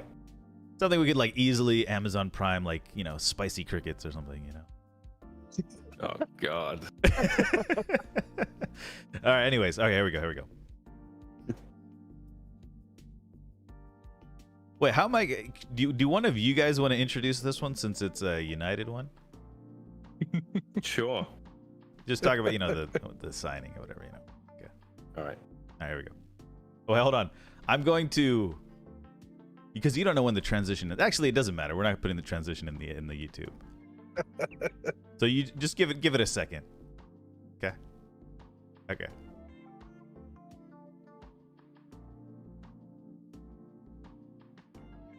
Man United. That's it. That's all I got. That's right. So Man United, Ten Hag gets his number 9. Rasmus Højlund. Højlund? Is that how you say it? Højlund. And you just leave the D off. Just leave the D. Oh. Højlund. Højlund. D. Højlund. Yeah. So, Carl, is this going to be a player to develop, or is this the number 9 and away we go?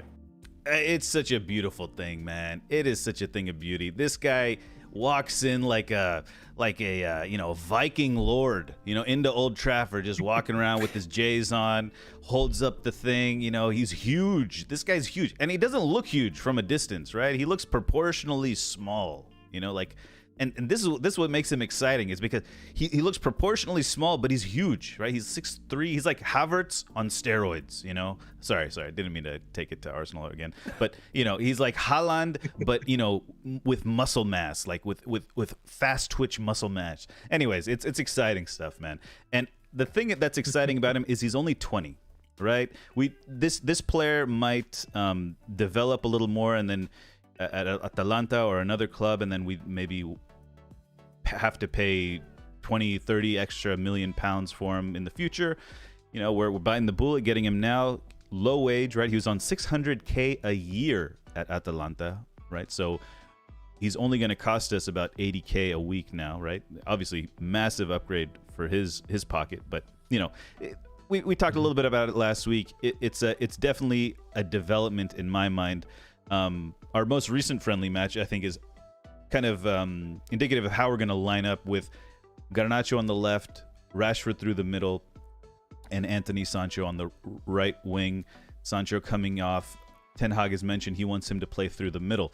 So, you know, after Rashford, I think Sancho would be the replacement, with Rashford, you know, moving to the left and maybe Garnacho getting a break, and then Sancho coming through the middle for a little control type of situation.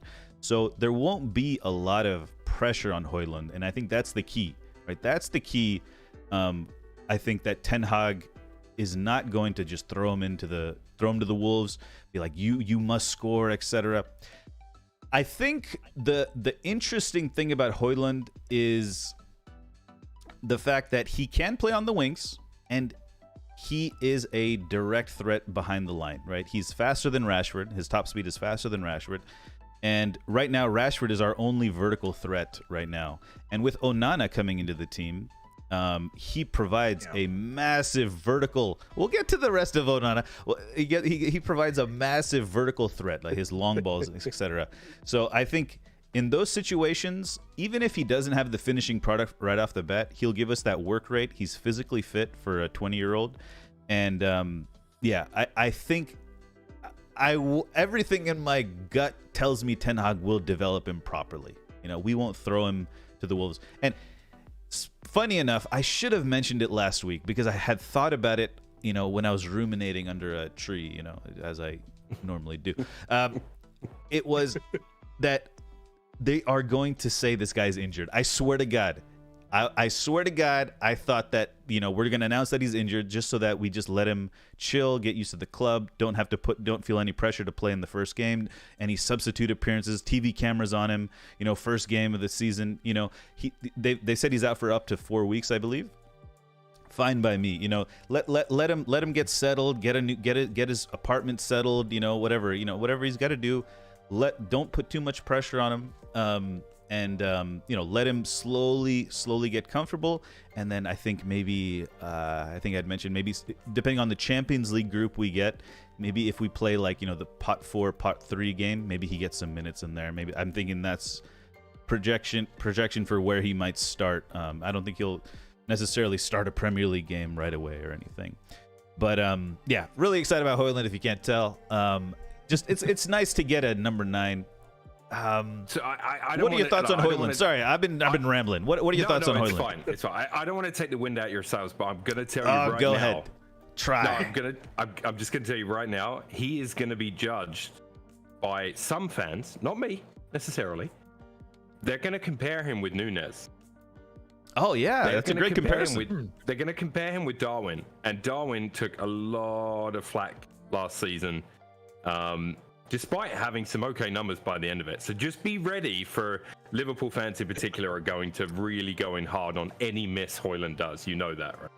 I'm glad you brought that up. I'm really glad you brought that because this is something people are forgetting about Højlund, which is he is 20. Darwin Núñez, 24. At this age, Núñez had barely played a season. It was either for Peñarol in Uruguay, right? This is the age we're talking. He had 14 league goals or 14 goals in his career at the age of 20. Højlund has 22. I'm not saying. Yeah. Liverpool got Darwin Núñez after his prolific spell at Benfica, right? So I like that you brought that up because it's similar money. We're paying him about half the wage, right? So you got to remember that the transfer fee is not everything. The wage is very, very important. You have to really remember that because we're not paying him the same money as Darwin Núñez. So I do think that the expectation is a little lower. I agree. Yeah. I would agree, but I a don't lot of think fans will. Liverpool fans in particular will not play it like that. I'm sure you're aware of that. I don't know if we got any Liverpool fans in, but we'll hear from them, I'm sure. I think, look, right now it's a 50-50. There are many, many examples of players that have come to the Premier League and it hasn't worked out, right? Yeah, absolutely. If we look, so there's no guarantees. I think if Arsenal were signing him, I'd also be pretty pumped. I think just based on what I saw last season, doesn't mean again that he will turn into the best 9 in the league or anything, but maybe he will. I'm interested to see what happens with him and how he's utilized and all the rest of it. Yeah. I will add one more thing. The excitement is not only that we got a 9. The excitement is that we're making signings before the last week of the season, or last week of the transfer window. There's a little bit of that too, So it's a little nice to see this type of action happening because last season we're putting this transfer off till the last day of the, maybe something like with what Kane is going to happen with Kane, maybe I don't know, that type of signing. I think Spurs. Was it Spurs, Chelsea, both struggling with their, with the number 9. There's some fuzziness around their number 9s. I'm glad that's not us, because it is beginning of the transfer window. If you ask me what signing do I want done, was number 9, right? Because we lost Weghorst, sad, times, but we had to replace him. We can't depend on Tony Martial. We just can't. So I'm glad we finally got it done. Now, whether Kane, I'm okay with this. I'm okay with Højlund, because it shows that Ten Hag and the board are planning for the future, right? You got Garnacho, Højlund. They could maybe slowly build a partnership. It could be nice to see. Yeah, I don't know. But there are other signings. I don't know if you guys heard the double deal. McTominay plus Maguire for, I think it was 60 million pounds for West Ham. A little package deal. They were looking at those two. So could be interesting to see. And Donny van de Beek is speaking with Real Sociedad as well to replace that David Silva hole from his retirement as well. And the players we're looking at is Sofian Amrabat from Fiorentina. Looks really nice. And yeah, I'm a number guy, right? I have OCD numbers. He's number 34. Donny van de Beek's number 34. It could be a nice little. Okay, I know that's a little like it sounds like I'm into horoscopes. They obviously picked their numbers because of Granit. Granit! I forgot about that. Yeah, Amrabat could have been a nice. They were like the great Granit Xhaka wore 34, so that makes sense. Yeah, but and also we're linked to a young center back Todibo. Right-sided center back Todibo, so could be nice. Could this type of business would be just unbelievable. The fact that we're able to get it done. Obviously, we're selling. Fred is linked to be gone. McTominay, Maguire. The clear out.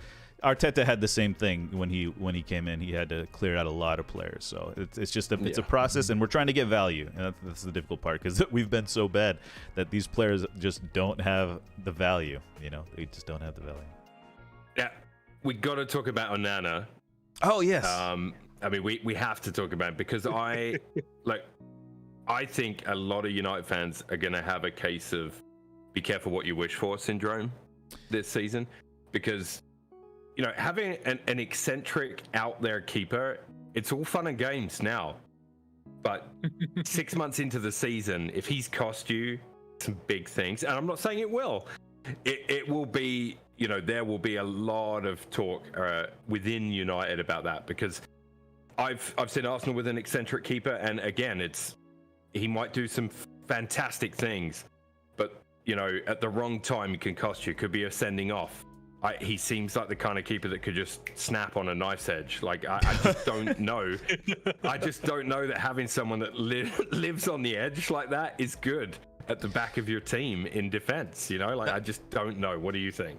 That's a great point. Yeah, I mean, he's a little wild. He's a little wild. But I'll go back to that goal. That's on Diogo Dalot, 100%. Now, this is an expectation. Why did he scream at Harry Maguire?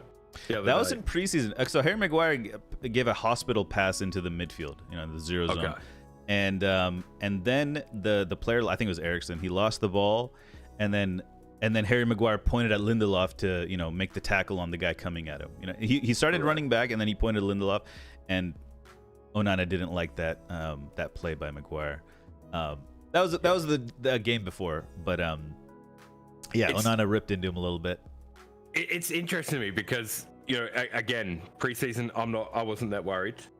You really picked out Ramsdale's error or potential errors. and I just do you feel the same way about Onana? I do. And no, I said it's on Diogo Dalot.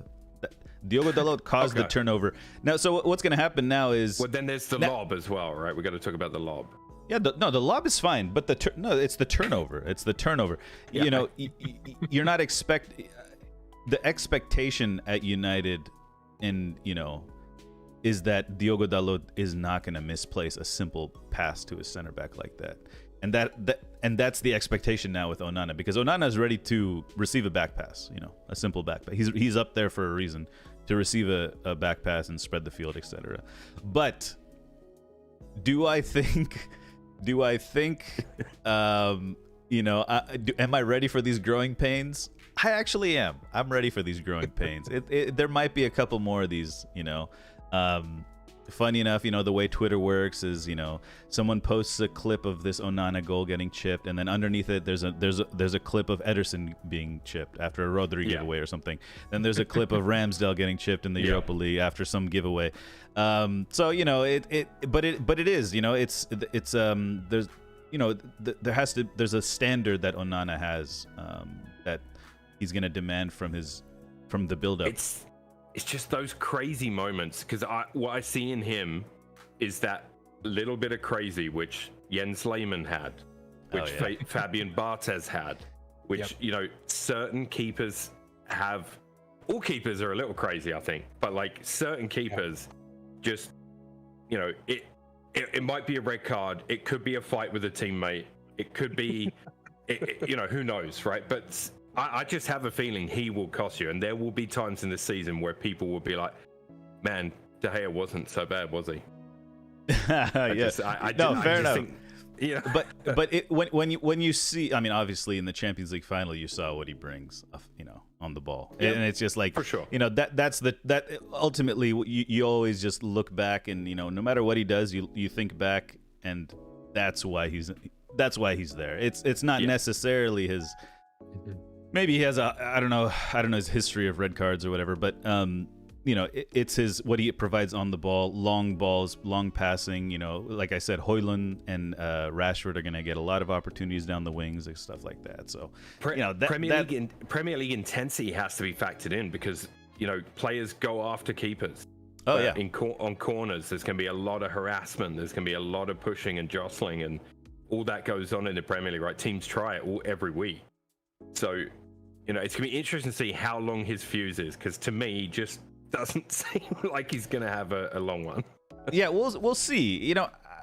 He's a little erratic. I think he's also trying to kind of, lay a claim to the spot right now too. He's trying to, he's trying to let the guys know. He wants them to know he's a leader. He's very vocal, like you said. He's very vocal, and the growing pains of the set pieces will be an issue. He played behind a back three in Italian football in Inter, so it's a little tweak for him as well, right? He had a comfortable back three, all of them really good on the ball, comfortable on the ball. Is he gonna? Obviously Dalot is not comfortable on the ball. As we saw, but. Which theoretically, when you compare Wan-Bissaka and Dalot, you expect Dalot to be better on the ball, but he's making those mistakes, and Ten Hag said that there's a couple positions that are not settled for the first game of the season, and I think right back is one of those positions. All right, Jesus, Onana, man, come on, lay off my boy Onana. He's gonna be fine. How do you feel? Because I know you have a very strong stance about Messi's HGH use. He was banned for a year. You finally brought it up. You finally brought it up. I was waiting for someone to bring that up. I think about that from time to time. Chat, I don't know. Chat, definitely. You missed this. Where was the abuse? Yeah, come on, chat, get after him. They have a goalkeeper. I didn't want to put that in the YouTube clip. A history of drug use. Yeah. Performance enhancing drugs. United is no longer clean in that aspect. Yeah, that must hurt you a little bit, because you are quite strongly opinionated on that.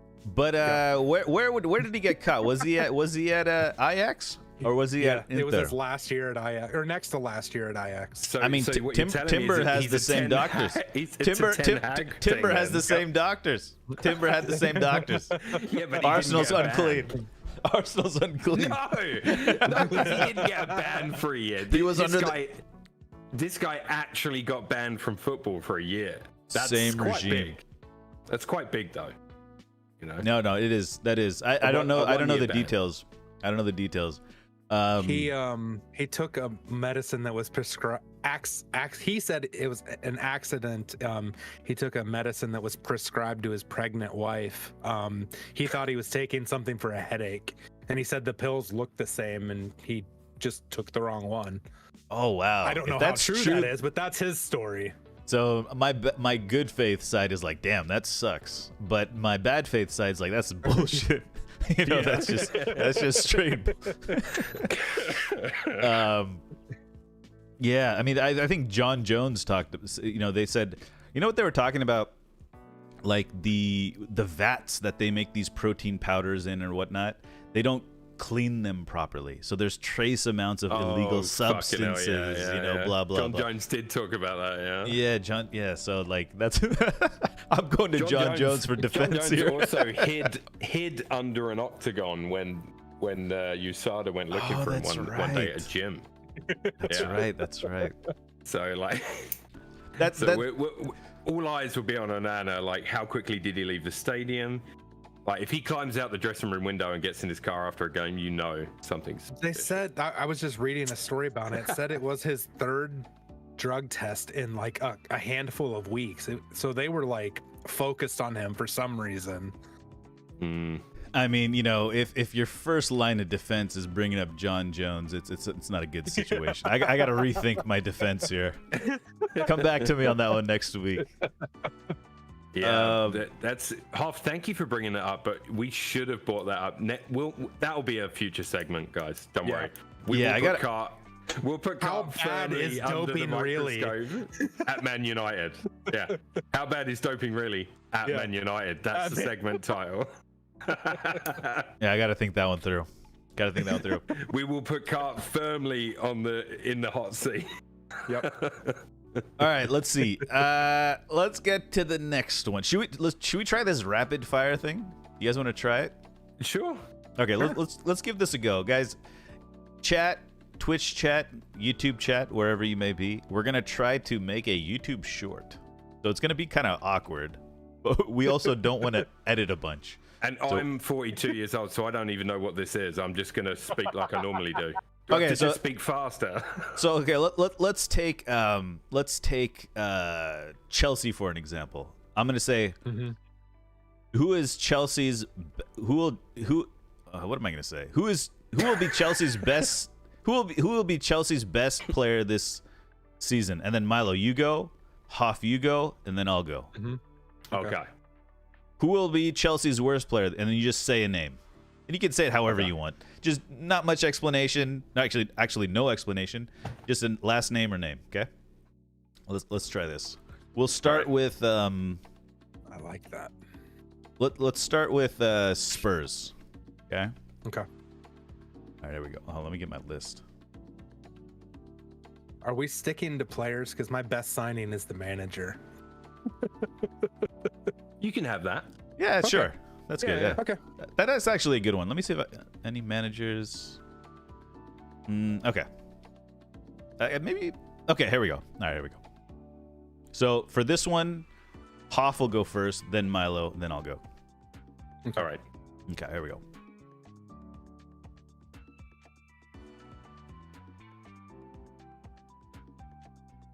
All right, Tottenham Hotspur pre-season predictions. Hoff, who will Tottenham's best player be? Best player. Okay, hold on. Hold on. Just say Heung-min Son. Ready? Okay. Okay. Sorry. Gotcha. You can stretch it out. Heung-min, you know what I mean? Don't say best. Yeah. No. Okay, here we go. All right. We need cut it. We need a thing to cut this with. We need a new cut. We didn't. Boom. We do. Yeah. Again, guys, this is outtakes. You are so lucky that you're here for this. Exactly. So the YouTube people who watch the clips won't know any of this happened. It's a special time, guys. And chat, I'm so honored to be spending this time with you guys. Yeah, absolutely. It's so precious. Anyways, here we go. All right, here we go. Tottenham Hotspur preseason review. Hoff, who will be Tottenham Hotspur's best player this season? Heung-min Son. Milo. Harry Kane. I think it'll be Dejan Kulusevski. Hoff, who will their worst player be? Oliver Skip. Milo. I just put the rest of them. I'll go with Perisic. Hoff, who is Tottenham's most underrated player? Basuma. Milo. I've got Heung-min Son now. Richarlison. Who is the most overrated player? Hoff. I went with Romero. Milo? Richarlison. Heung-min Son. And who is the best signing for Tottenham? Hoff. Ange Postecoglou. Milo? Madison. I'm going Dejan Kulusevski, who confirmed his loan. Alrighty. How long was that? How long do you think that was? A minute or so? Good. Yeah, That's pretty, what we want. That's what we want. Yeah, that was yeah. I think we could throw a couple words in there. Sorry, but for the first one, that was fine. The Heung-min Son right. was fun. Okay, I just didn't know how we're gonna. I don't know. I'm not a zoomer. Thank you, ads. That's good. I think 47 will be good. Yeah. Is that a guess, ads? Come on. There's no way you timed that. That's gotta be. I think it could be. Maybe. I don't know. All right, Harry, should we do the next team? Let's do. We'll save Arsenal for last. Okay. Okay. Get to the screen here. Wait, Oh who's no. second? Oh, there it is. United. We're doing United now. Okay.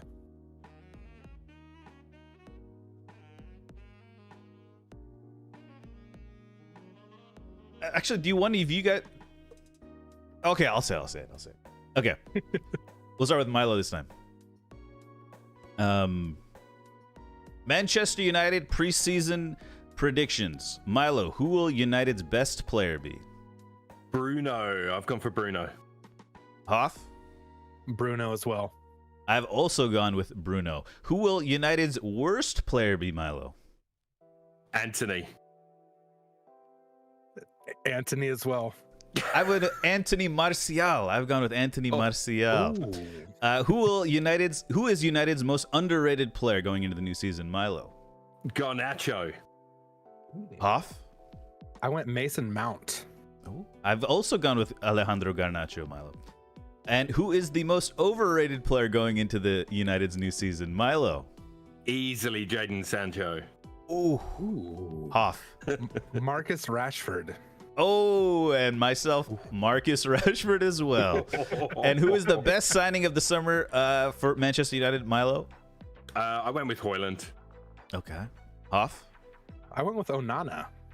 And I also went with Onana. Very nice.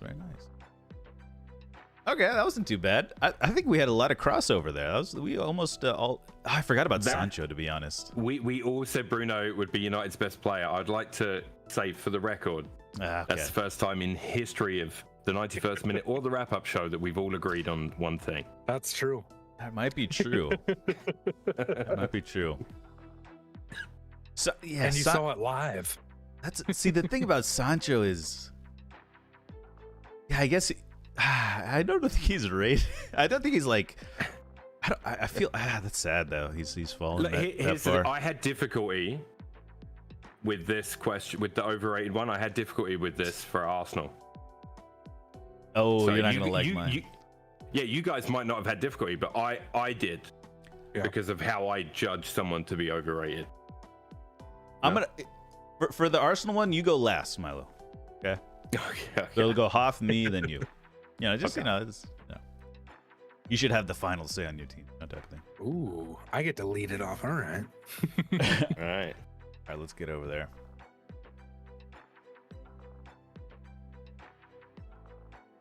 Alrighty, Arsenal preseason predictions. Hoff, who will be?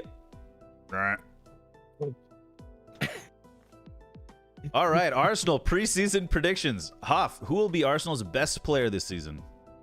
William Saliba. I went with Bukayo Saka. Milo? I also went with Bukayo Saka. Alrighty. Hoff, who will be Arsenal's worst player this season? I went with Eddie Nketiah. Okay, I went with Gabriel, the center back. Milo? I didn't like this one, but I went with Eddie Nketiah as well. Ooh. Hoff, who is Arsenal's most underrated player going into the new season? Gabriel Martinelli. I'm going with Ben White. Milo? I went with Leandro Trossard. And who is the most overrated player going into the new season, Hoff? I went with Gabriel for this one. I've won with Declan Rice. Milo? How dare you? I've gone with Fabio Vieira. And the best signing of the summer for Arsenal, Hoff. Declan Rice. I've gone with Yudi and Timber. Milo? I went with Declan Rice as well. Very nice. You like my Declan Rice overrated? Or no? Come on. Yeah, I mean, it's just hilarious because had United been buying him, you'd have been all over it like cheap suit. There's something about him. It just doesn't click for me yet. Chat, you'll agree with me. If he had signed for Man United this summer, what would we be hearing from Carr about Declan Rice? Come on. You would be loving it. You would.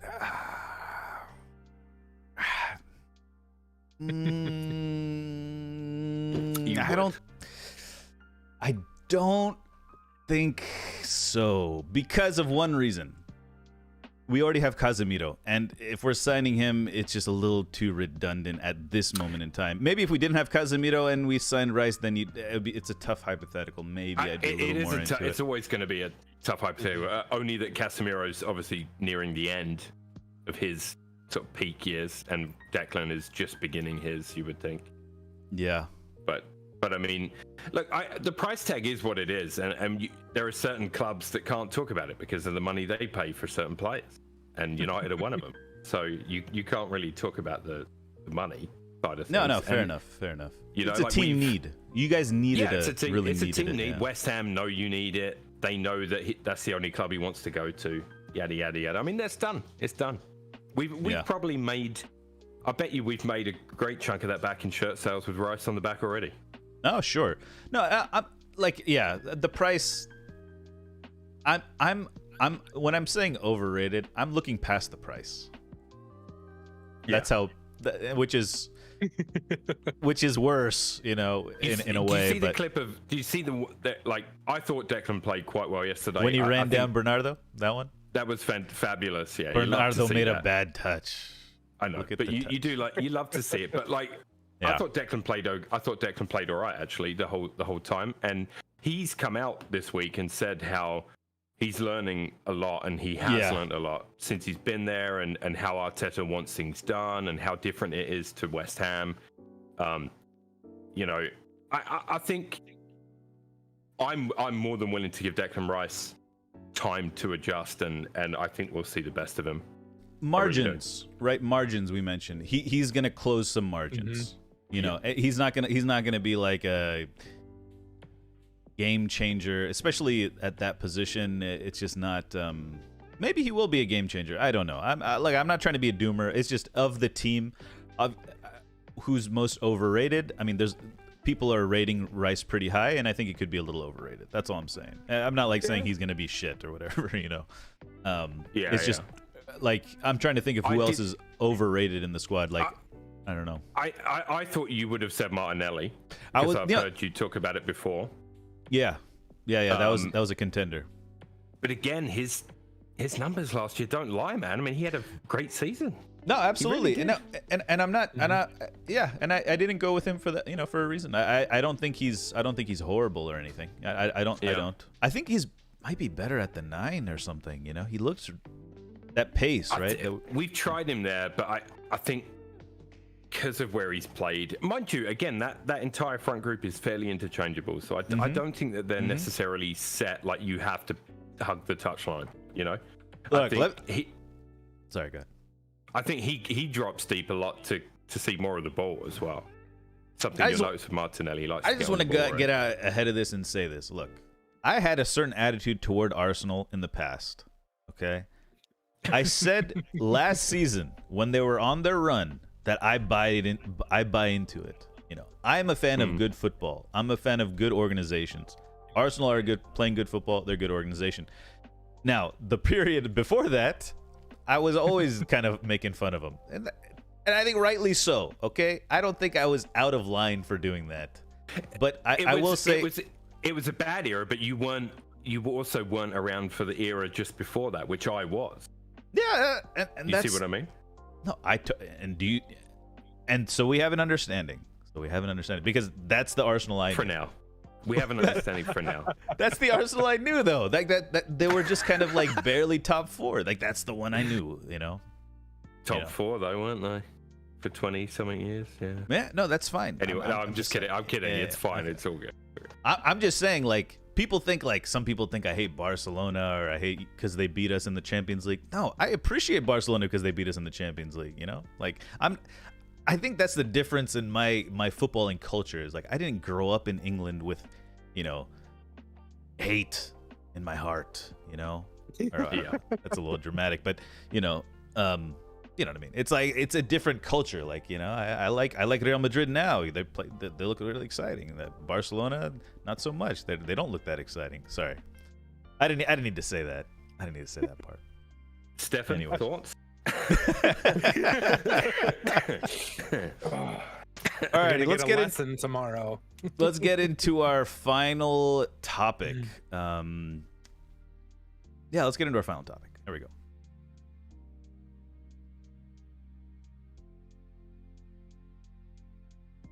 The Premier League and EFL officials announced earlier this week that they will add World Cup-style amounts of injury time to matches as a part of crackdown on time wasting. At the heart of new refereeing guidelines, it will be in force in full for this coming season. The Premier League last year averaged 55 minutes of the ball being in play. The Championship 52, League 1 50, and League 2 48. Interestingly, in the Community Shield, we saw 8 minutes of extra time added on to the end of that game. Manchester City are known for having one of the highest ball in play averages over the season. So 8 minutes on top of that was also interesting. And kind of connected to this, Rafael Varane tweeted.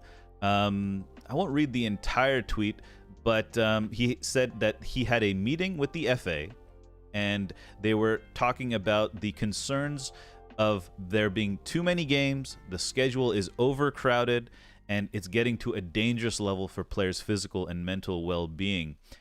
He went on to say that he would like the schedules to be changed so that the players can give their maximum at every week, every game, so the fans see that product. Kind of an open-ended question here. How do we address this? Is this concern by Rafael Varane and the players important to you? What do you think of the new timing rules? Let's start with Rafael Varane and the topic of scheduling and too many games, etc. What are your general thoughts about this? I know we've touched on it long time ago, but Milo, what are your general thoughts on this one? I mean, like, I understand where he's coming from, and I mean, I think we should probably preface as well. It wasn't just a meeting between the FA and Varane. It was a group of players, was it not? Like the players, managers, and players, or something. Yeah. So, like, you know, I understand what you're saying. Too many games. I mean, we did talk about this recently, and you were for adding another competition. You know, obviously, if the players are not wanting to see that happen.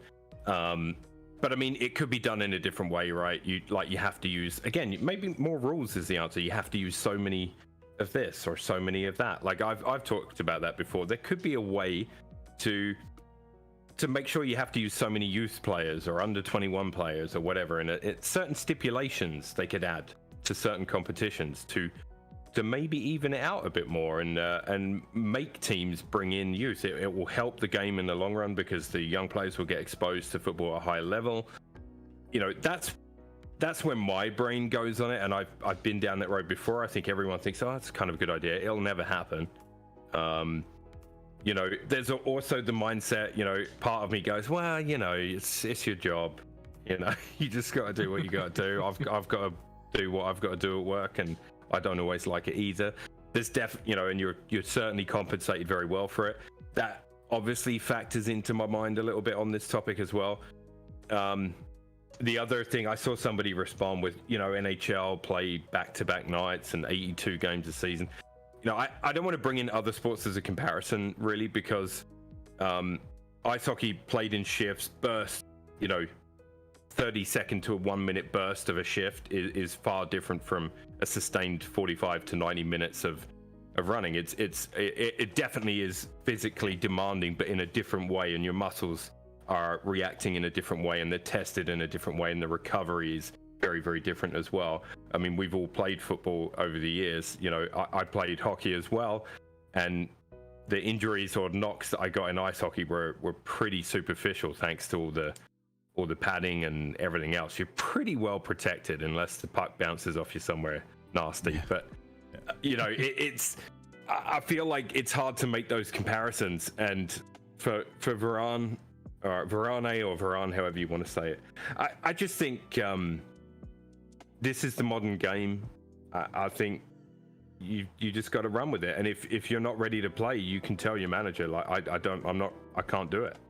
You know, if you feel that strongly, then it's on you to say to your manager, I don't think I can play this game and on Saturday, or whatever it might be, whatever variation of that might be. I mean, it's on you to say, and no players do it, and that's on them, you know.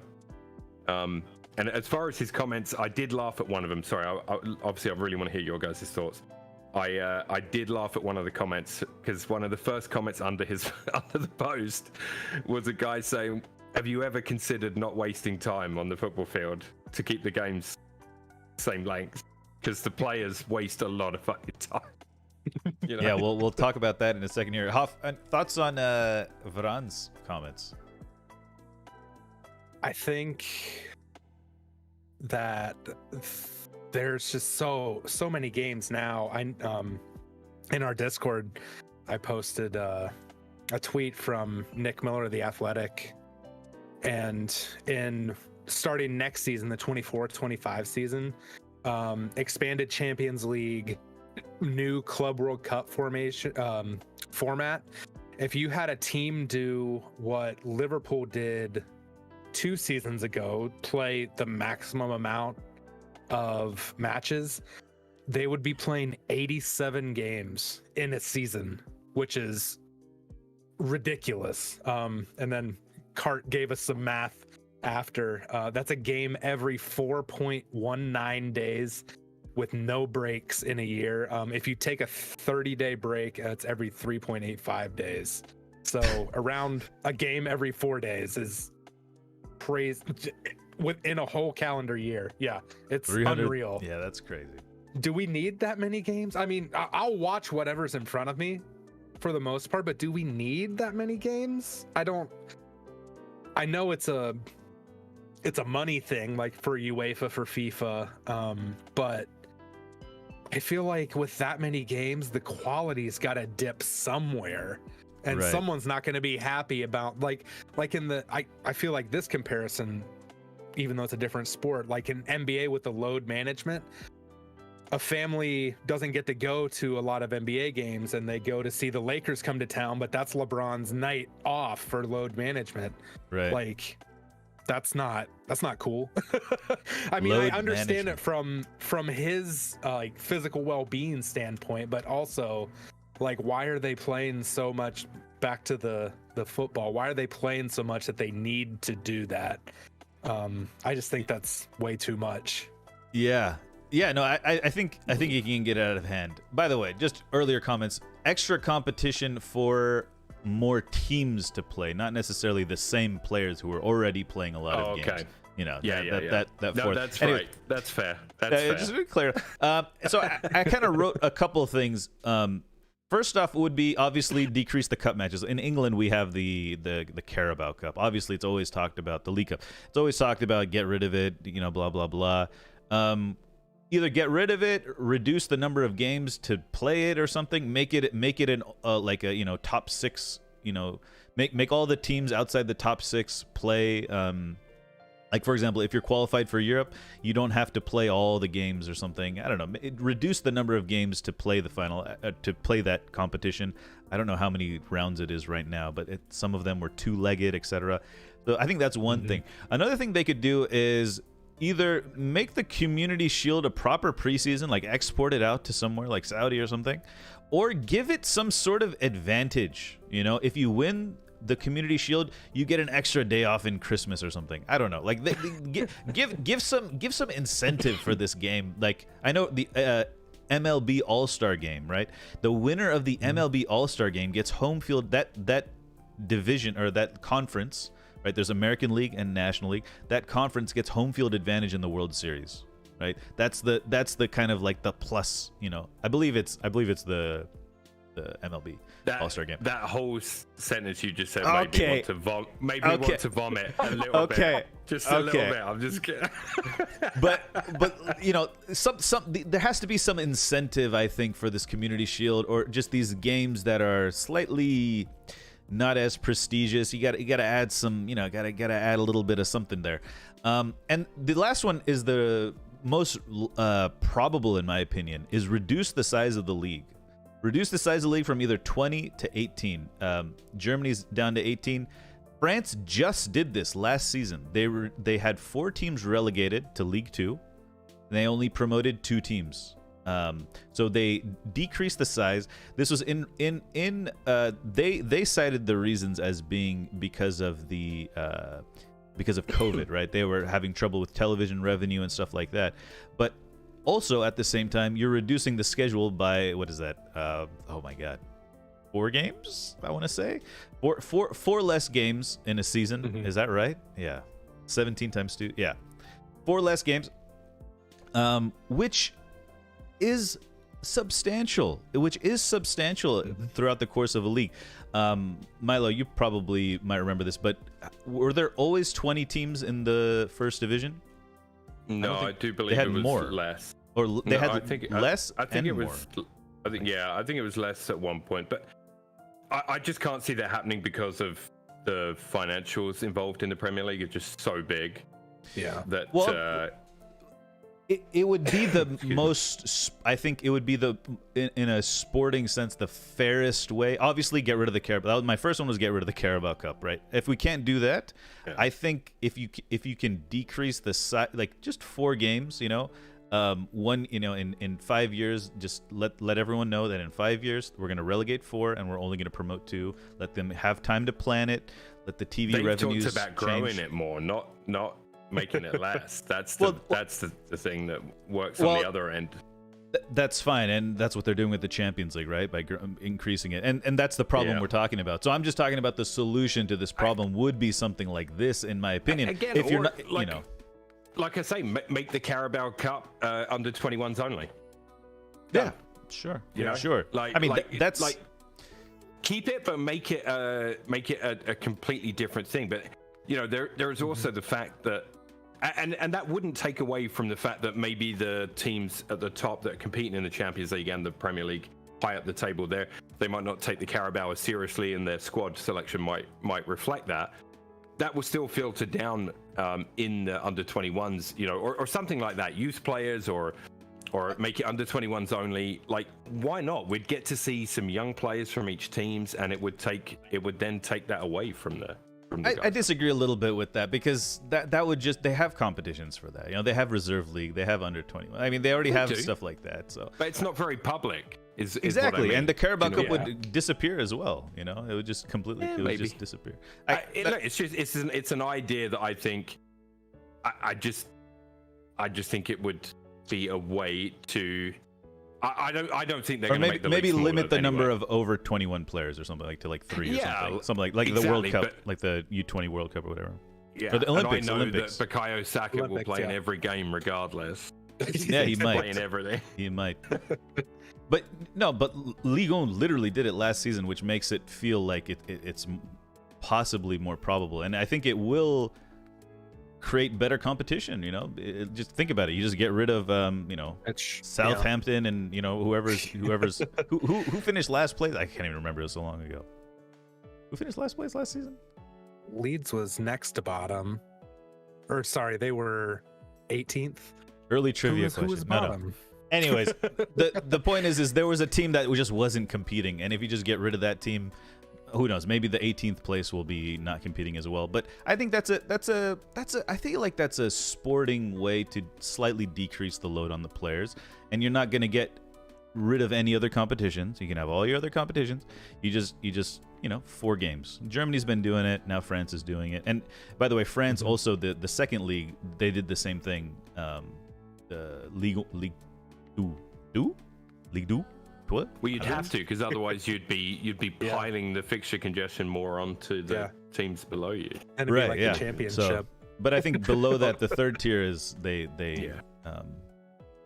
inflated the don't third. have European games to contend with and internationals as well. Like for sure. Yeah. It would, it's an idea that would work. I can't see them reducing it. There's just too much money involved. But that's the whole issue in the first place, is that there's just too much. All these, like Carabao Cup, for example, there's just money. It's just money, and they don't want to leave it on the table. Like that. Like this is the issue. Like that's the issue Varane is talking about. There's just too many games. Just too many games. I had a quick editorial note. MLB, Major League Baseball, hasn't done the All-Star Game winner for about 5 years for World Series home field. Because it used to be a thing. You said that, I was like, it used to be a thing. It used to be a thing. Yeah. Quick. Let's just attach this to the end. Longer matches, right? These longer matches. This kind of connects to more games, and now we're gonna get World Cup extra time. Personally, I love it because it does. Teams like Newcastle, are gonna get screwed, for all their antics last season. Ball in play, massive. I have crazy ideas, shot clock, things like that. Obviously, won't happen, but it's the idea that things need to progress and action needs to take place, which is not happening, especially with amazing managers like Pep Guardiola. I'm done. You guys take over from here. I love it too. I liked it in the World Cup. After Arsenal beat Newcastle at the Emirates last season, I'm extremely happy this is coming to the Premier League. But the only thing is, like everything in the Premier League, I think I said this to you guys in the Discord. Whenever anything gets implemented in the Premier League, they find a way to fuck it up for the first season.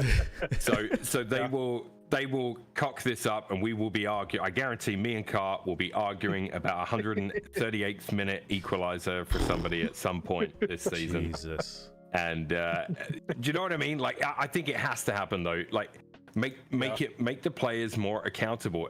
And this ties back into what Varane said. And that guy jokingly said, "Well, what about the players?" He's got a point. Like, you guys don't want to play 100 long minute matches, then don't waste time. And you all do it. We're not stupid.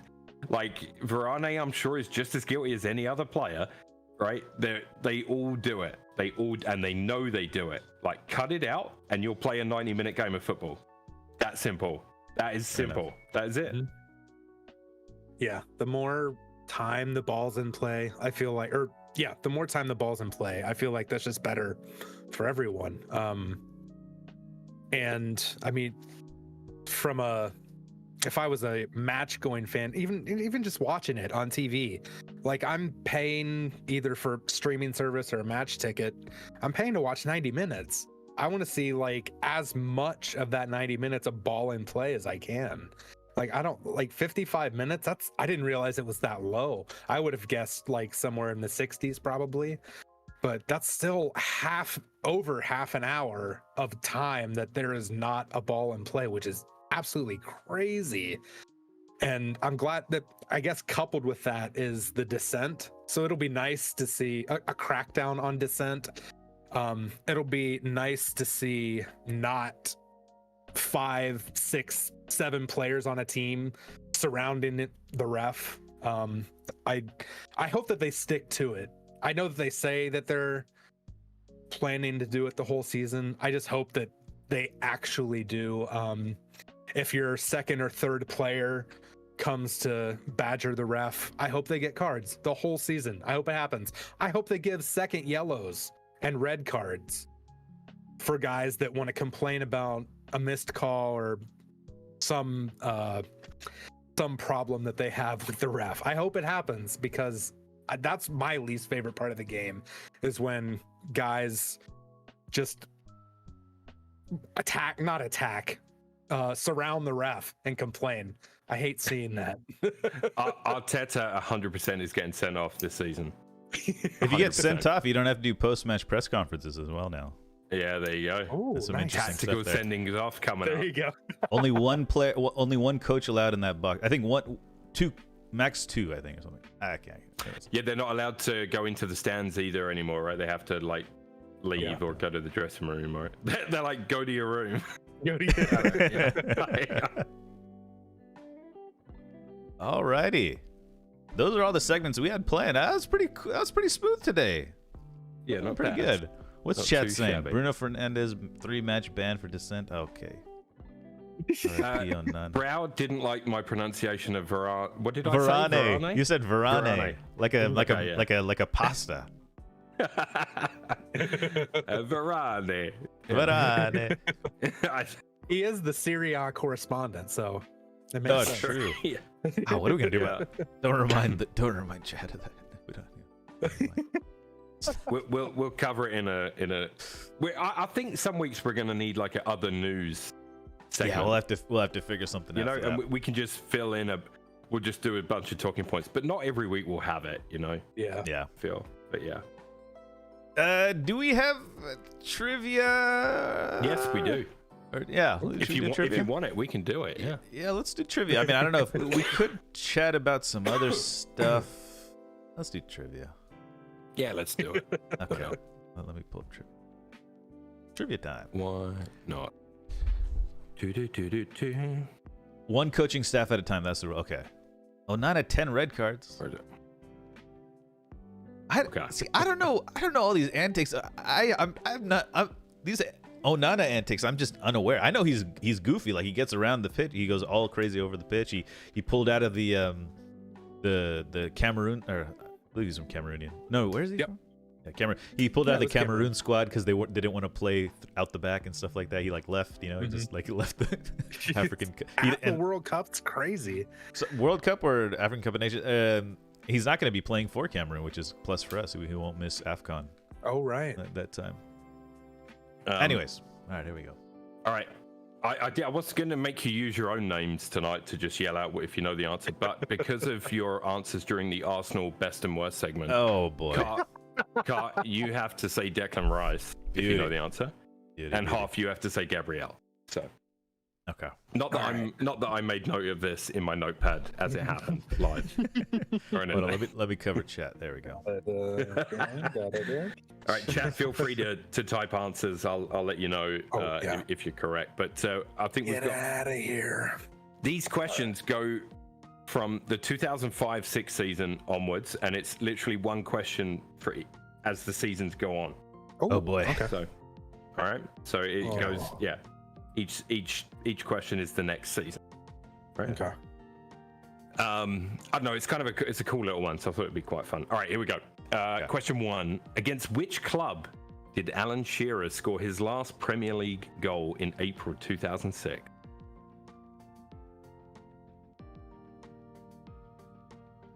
Declan Rice. Go on. I'll just go with Leeds. It was not Leeds. Ooh, Gabriel. Have a stab at it. Manchester United. It was not Man United. It was Sunderland. Cinzero got it in chat. Nice. Scored in a 4-1 win at the Stadium of Light. He was substituted 10 minutes later after being injured and was his last appearance. Yeah. Huh. In 2006-07, for question 2, how many days did Les Reed last as Charlton manager after being appointed on the 13th of November? Declan Rice. Go on. 13 days. Okay, 13. I'm going to award it to whoever's closest. Okay. Right. Okay. I'll go with 25 days. 25 days. Okay. Hoff was closest, so you'll get a point. Ads was the closest out of all of you with 40 days. It was 48, and the answer was 40 days, 40. Okay.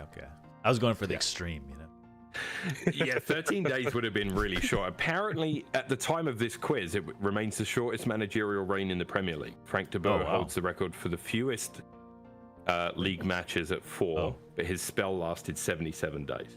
Okay. Yeah. 2007-08. This season featured the Premier League match with the highest number of goals in one game. How many goals were scored? Oh, it's total in the game for both sides. Sorry. Bad question.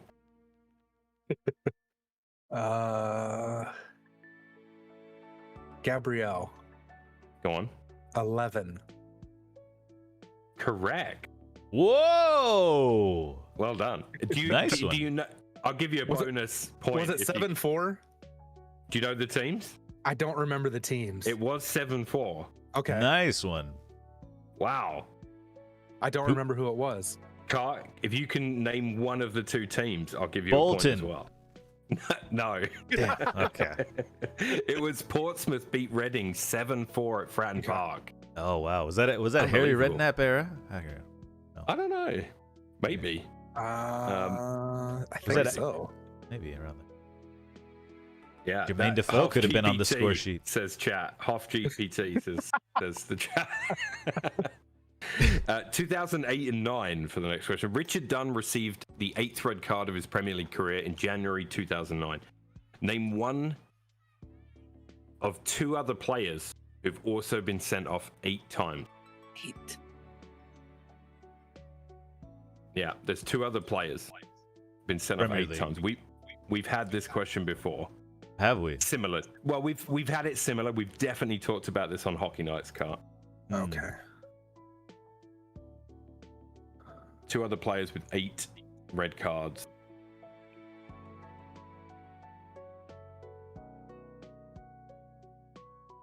Ah.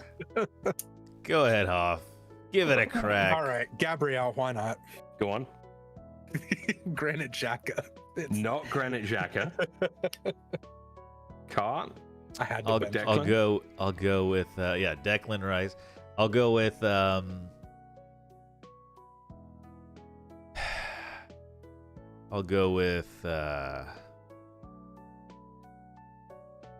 Joey Barton.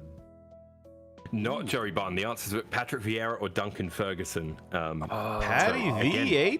eight reds from Yeah, Patrick. Cinzero did say Vieira, so yeah. All right, in he's there. clearly using Google, but okay. go No, I don't- ahead. no, trust me, Sin Zero is. Anyways, go All right, ahead. 2009 and 10. Which club was Jimmy Bullard playing for when he gave his teammates a mock dressing down as a goal celebration? Gabrielle. Fuck, what's my? I forgot my name. Declan, I'll give that to Gabrielle. Hull City. Damn it. Yeah, God correct. damn it. Correct. 2010-11. Who was Roberto Mancini referring to when he said we were beaten by a moment of pure genius? Declan? Go on, Carl. I mean, Rooney? It was Rooney's overhead kick. Yeah. Yes. Correct. Whew. Correct. Finally on the board, Jesus. 2011-12. Man City pipped Man United on goal difference to win their first Premier League title. How many points did both clubs win? Oh. I'm gonna get this wrong, but go ahead, Hoff.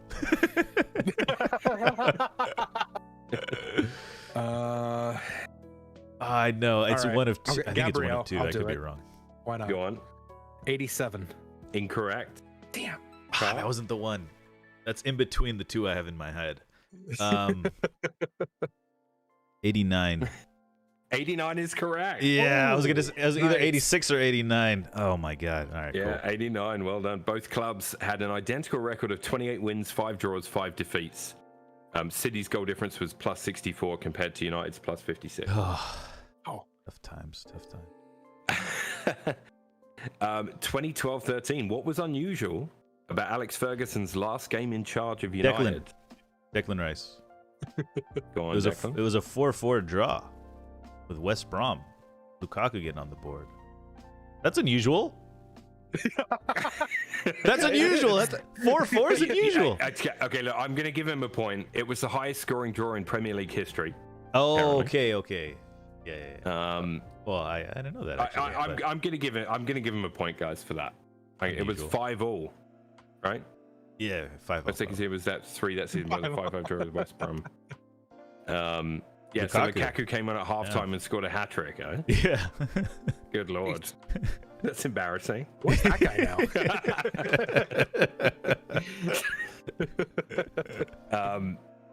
Oh my god! All right, that question's silly. 2012-13. All right, 2016-17, we're jumping here because there were some silly questions. Okay. Who said in his first press conference after taking over as a manager, "Let's stop losing"? Oh, that's great. Let's stop losing 2016. 16, 17. Gabrielle. Go on. Big Sam. Big Sam is correct. Oh, great. Got that one as well. I was thinking that. I was thinking that as well. Nice one. Big Sam. Yeah, he took over as Crystal Palace manager in December and steered them to 14th by the end of the season. How have they not? They've been so close to going down so often. Yeah. I know. 2019-20, we're jumping ahead again. Liverpool set a new record by winning 34 straight home games. Which club ended that run with a 1-1 draw at Anfield in July? July? Oh yeah, COVID. July 2020. Yeah. COVID. Oh yeah. Okay. I don't know. I'll guess. Declan Rice. Go on. Is it Spurs? No. Oh, who was it? I shouldn't have guessed that. Hoff would have remembered that.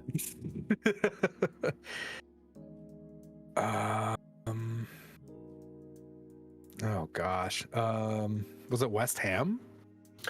No, I have, and Mordechai is in chat as well. I have Burnley. Burnley drew at Anfield in the 1920 season and went one better in 2021 when they won 1-0, which made them the first away side to win at Anfield for 68 league matches. Wow. But, yeah, in 2019-20 season, Liverpool's 24 straight home game winning streak was ended with a 1-1 draw. Oh, okay. Okay. Yeah. Interesting. So very nice. All right. I've got two questions left. Oh boy. There's two okay. questions. Yeah, we'll go quick. I know we're over time. I don't know what the time is. I'm not cheating. I can't see the clock on the screen. I gotcha. You know, Right, I don't know. Two questions left, and it's currently 4-3 to Half. Okay. 2021 season, Fulham set an unwelcome new record for the fewest goals scored at home in a season. They played 19 home games. How many goals did they score?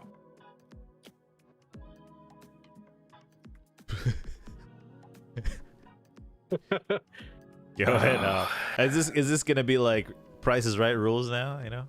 I'll give it to whoever's closest. You get one answer each. I will give a five goal buffer. I won't like go one below or one above like Price is Right. Oh, gotcha. Yeah. 13. Oh, that's kind of rough. Yeah, I'll go 18. The point goes to Half. The answer was 9. Oh wow. Jeez. 9. That's rough. Goals, yeah. Wait, the previous record was 10, held by Man City in the 06 and 07. That's football heritage right there, you know.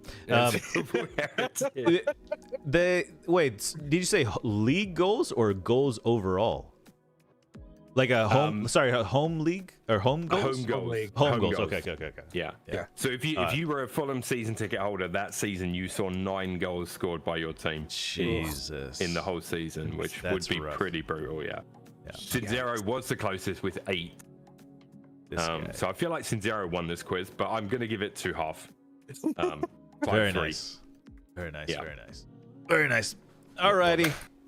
That was fun. That was good. That was a good quiz. Alrighty, folks. Well, that wraps it up for tonight. Thank you, everyone, for joining. Milo will ride us away into the wind with a dad joke. Milo, take it away. How do you find Will Smith in the snow? Oh, my God. You look for the Fresh Print. Ooh. Nice. All right. That was nice. That's good. I liked that one. That was good. All right. Well, end screen. You thought it was going to be something about slapping. I feel like. I thought it was going to be something like, yeah, exactly.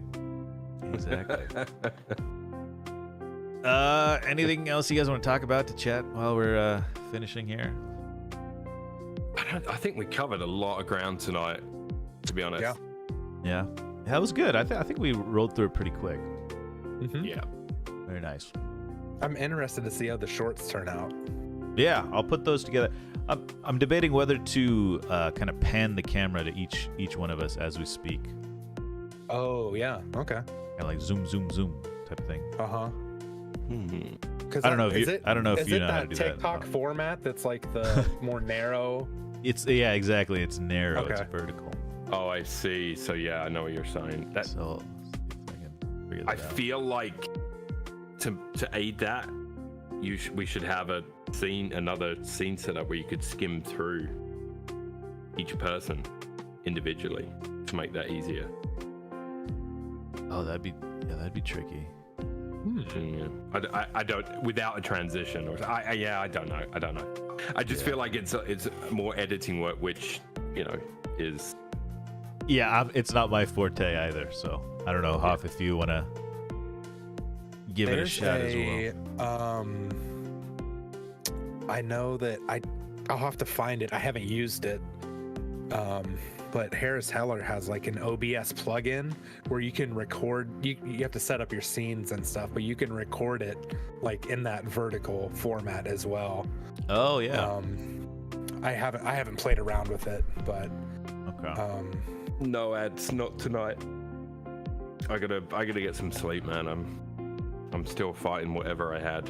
It's I feel like it's coming back with a vengeance, or I've caught something else. That's rough, man. Oh, yeah. Well, kids in daycare. This is it. yep. Oh Yep. no. Yeah. I need to get some food in me. What am I gonna eat at this hour? McDonald's? Ooh, maybe pizza. Ooh. Order a little pizza, maybe. I mean, well, not a little. If you're gonna order a pizza, don't order a little one. The 666 deal from Yeah, don't do Domino's. That's what it's gotta be. You go XL, stuffed crust, the whole 9 yards. You can order. Oh it. yeah. Stuffed crust is where it's at. I've never got stuffed crust before. What? Never. Game I- changer. Oh my gosh. I remember when it came out, it was like amazing. It looks like I think Pizza Hut had it. The people would turn it around. That was the whole commercial. They'd turn it around. They'd eat the crust first. Yeah. Oh my And that's God. it, because I'll be honest, I don't always eat the crust, because Yeah. You can't eat the crust later. When it's fresh, you can eat it, but when it when it gets cold and sits in your oven or whatever, it's like, nah, I can't do it. Yeah. that's what I mean. So it's kind of a genius move. Putting mozzarella inside the crust is like That is genius. That is smart. Some places have wrapped the mozzarella and pepperoni as well, which is I haven't tried that, but Wrap looks the good. mozzarella. Ooh, inside the crust? Yep. Oh my God. So it's a double treat. Deep pan pizza. Alrighty, guys. Well, All right, I'm now really hungry as well. So. yeah, I gotta find some food. Chat, thanks for hanging out. We'll see you guys next. Subscribe to the YouTube channel, guys. Subscribe to the YouTube channel. Yeah. Leave us a comment there. Go crazy. Share it with your family. Yeah, react to the videos on YouTube. So what we're doing, you probably know this. We're cutting them and we're putting them into segments. Leave a comment. It's great. Yeah. Yeah. It's always weird asking chat to do something, I know. That's why I kind of jokingly, sarcastically say it. But You can troll Cart there, of course. Yeah. Milo, I'm going through a reformation of my my troll what's it called? Threshold. My threshold for troll is rapidly changing the last couple of weeks. Is it lowering or raising?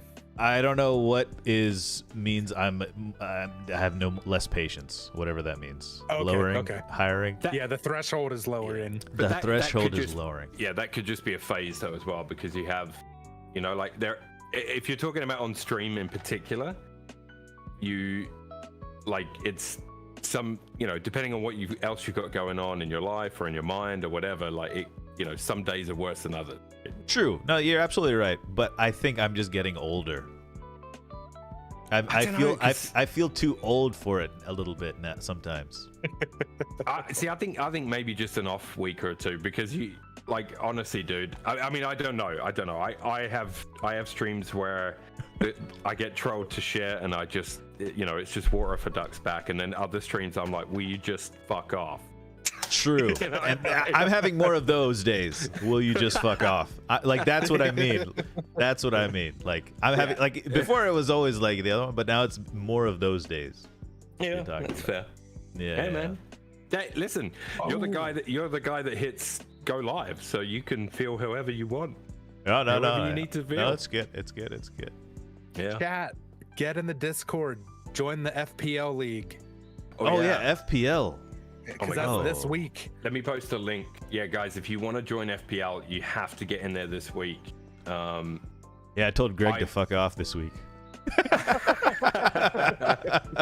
I'm making a commitment to actually play FPL for the whole season for the first time. I even joined Hoff's pay to win league and I haven't played in it. Yeah, I've made my team actually. I picked a couple Arsenal players, by the way. Right. Well, it's probably a smart move. Where's the damn link, Hoff? I can't find it. In the FPL zone. It's under the. Is there a game this Friday? There is one Burnley Friday, City. yeah. Burnley City. So yeah, you need to get in before Haaland scores a hat trick on Friday. Triple captain Haaland. Yeah. And he's going to want revenge after getting 0 XG against Arsenal. Oh, there it is. Off, thanks. I'm gonna also join a link to another one. Okay. Just if you guys, this is the Shadows. This is Mr. Blackouts. One of his mods asked me to promote their league as well. And obviously, if you make an FPL team, you can join as many leagues as you want. It doesn't matter. Your team will be the same across all of them. Yep. And I am posting that now. So there's 2 leagues there. Okay. I'll join this one as well. Shadows? Yes, please. Yeah, it's Mr. Blackouts. He has an awesome community and very small group of them that really like football. Cool. And it's not a football community per se, but I did tell her that because we have our own running, I'd chuck hers in. Nice. It's head to head. Nice. Okay, cool. This one is head to head. Yeah. Okay. So it's a little bit. I think that could make a long season a little easier. Maybe, I don't know. Because you'd be more invested in beating somebody. Because it's not like it's accumulated points, right? The Classic League. Yes. Yeah. So it's like. If you have a bad week, you're not out of it. Yeah, you can come back next week. Yeah. I feel like Haaland made it difficult for anyone to come back last season because if you had Haaland and you're in the top half of the table already, you pretty much didn't drop. You didn't move. Yeah. So it's difficult, but there you go. Alrighty. Well, I'll message you guys in Discord about whatever's happening. And Saudi League. Oh, the Zone are picking up the Saudi League, by the way. Oh, really? Yeah, I read that. Do we even have that available in the US? Interesting. You do, yeah. We do? Okay. I wonder if it'll be different I used to pay for it because it used to carry the Premier League, all the games in Canada, but now that's Fubo. So I've got rid of my DAZN subscription. Oh. Whoops. I've got a friend's Fubo. He's sharing it with me. Pretty nice. Yeah. Does Fubo in the States show all the Prem games as well? No, I have to get Peacock. Okay. I have Peacock. Yeah. Well, I will do what I normally do as far as games season. Yeah. Cool. Yeah, Fubo has them all. Ooh, Chipotle. That's what it's going to be tonight. Nice. All right, I got to run. All right, I'm hungry. All right, guys. Chat. See you guys later. Guys. Huff. See you guys. See ya. Have a good one.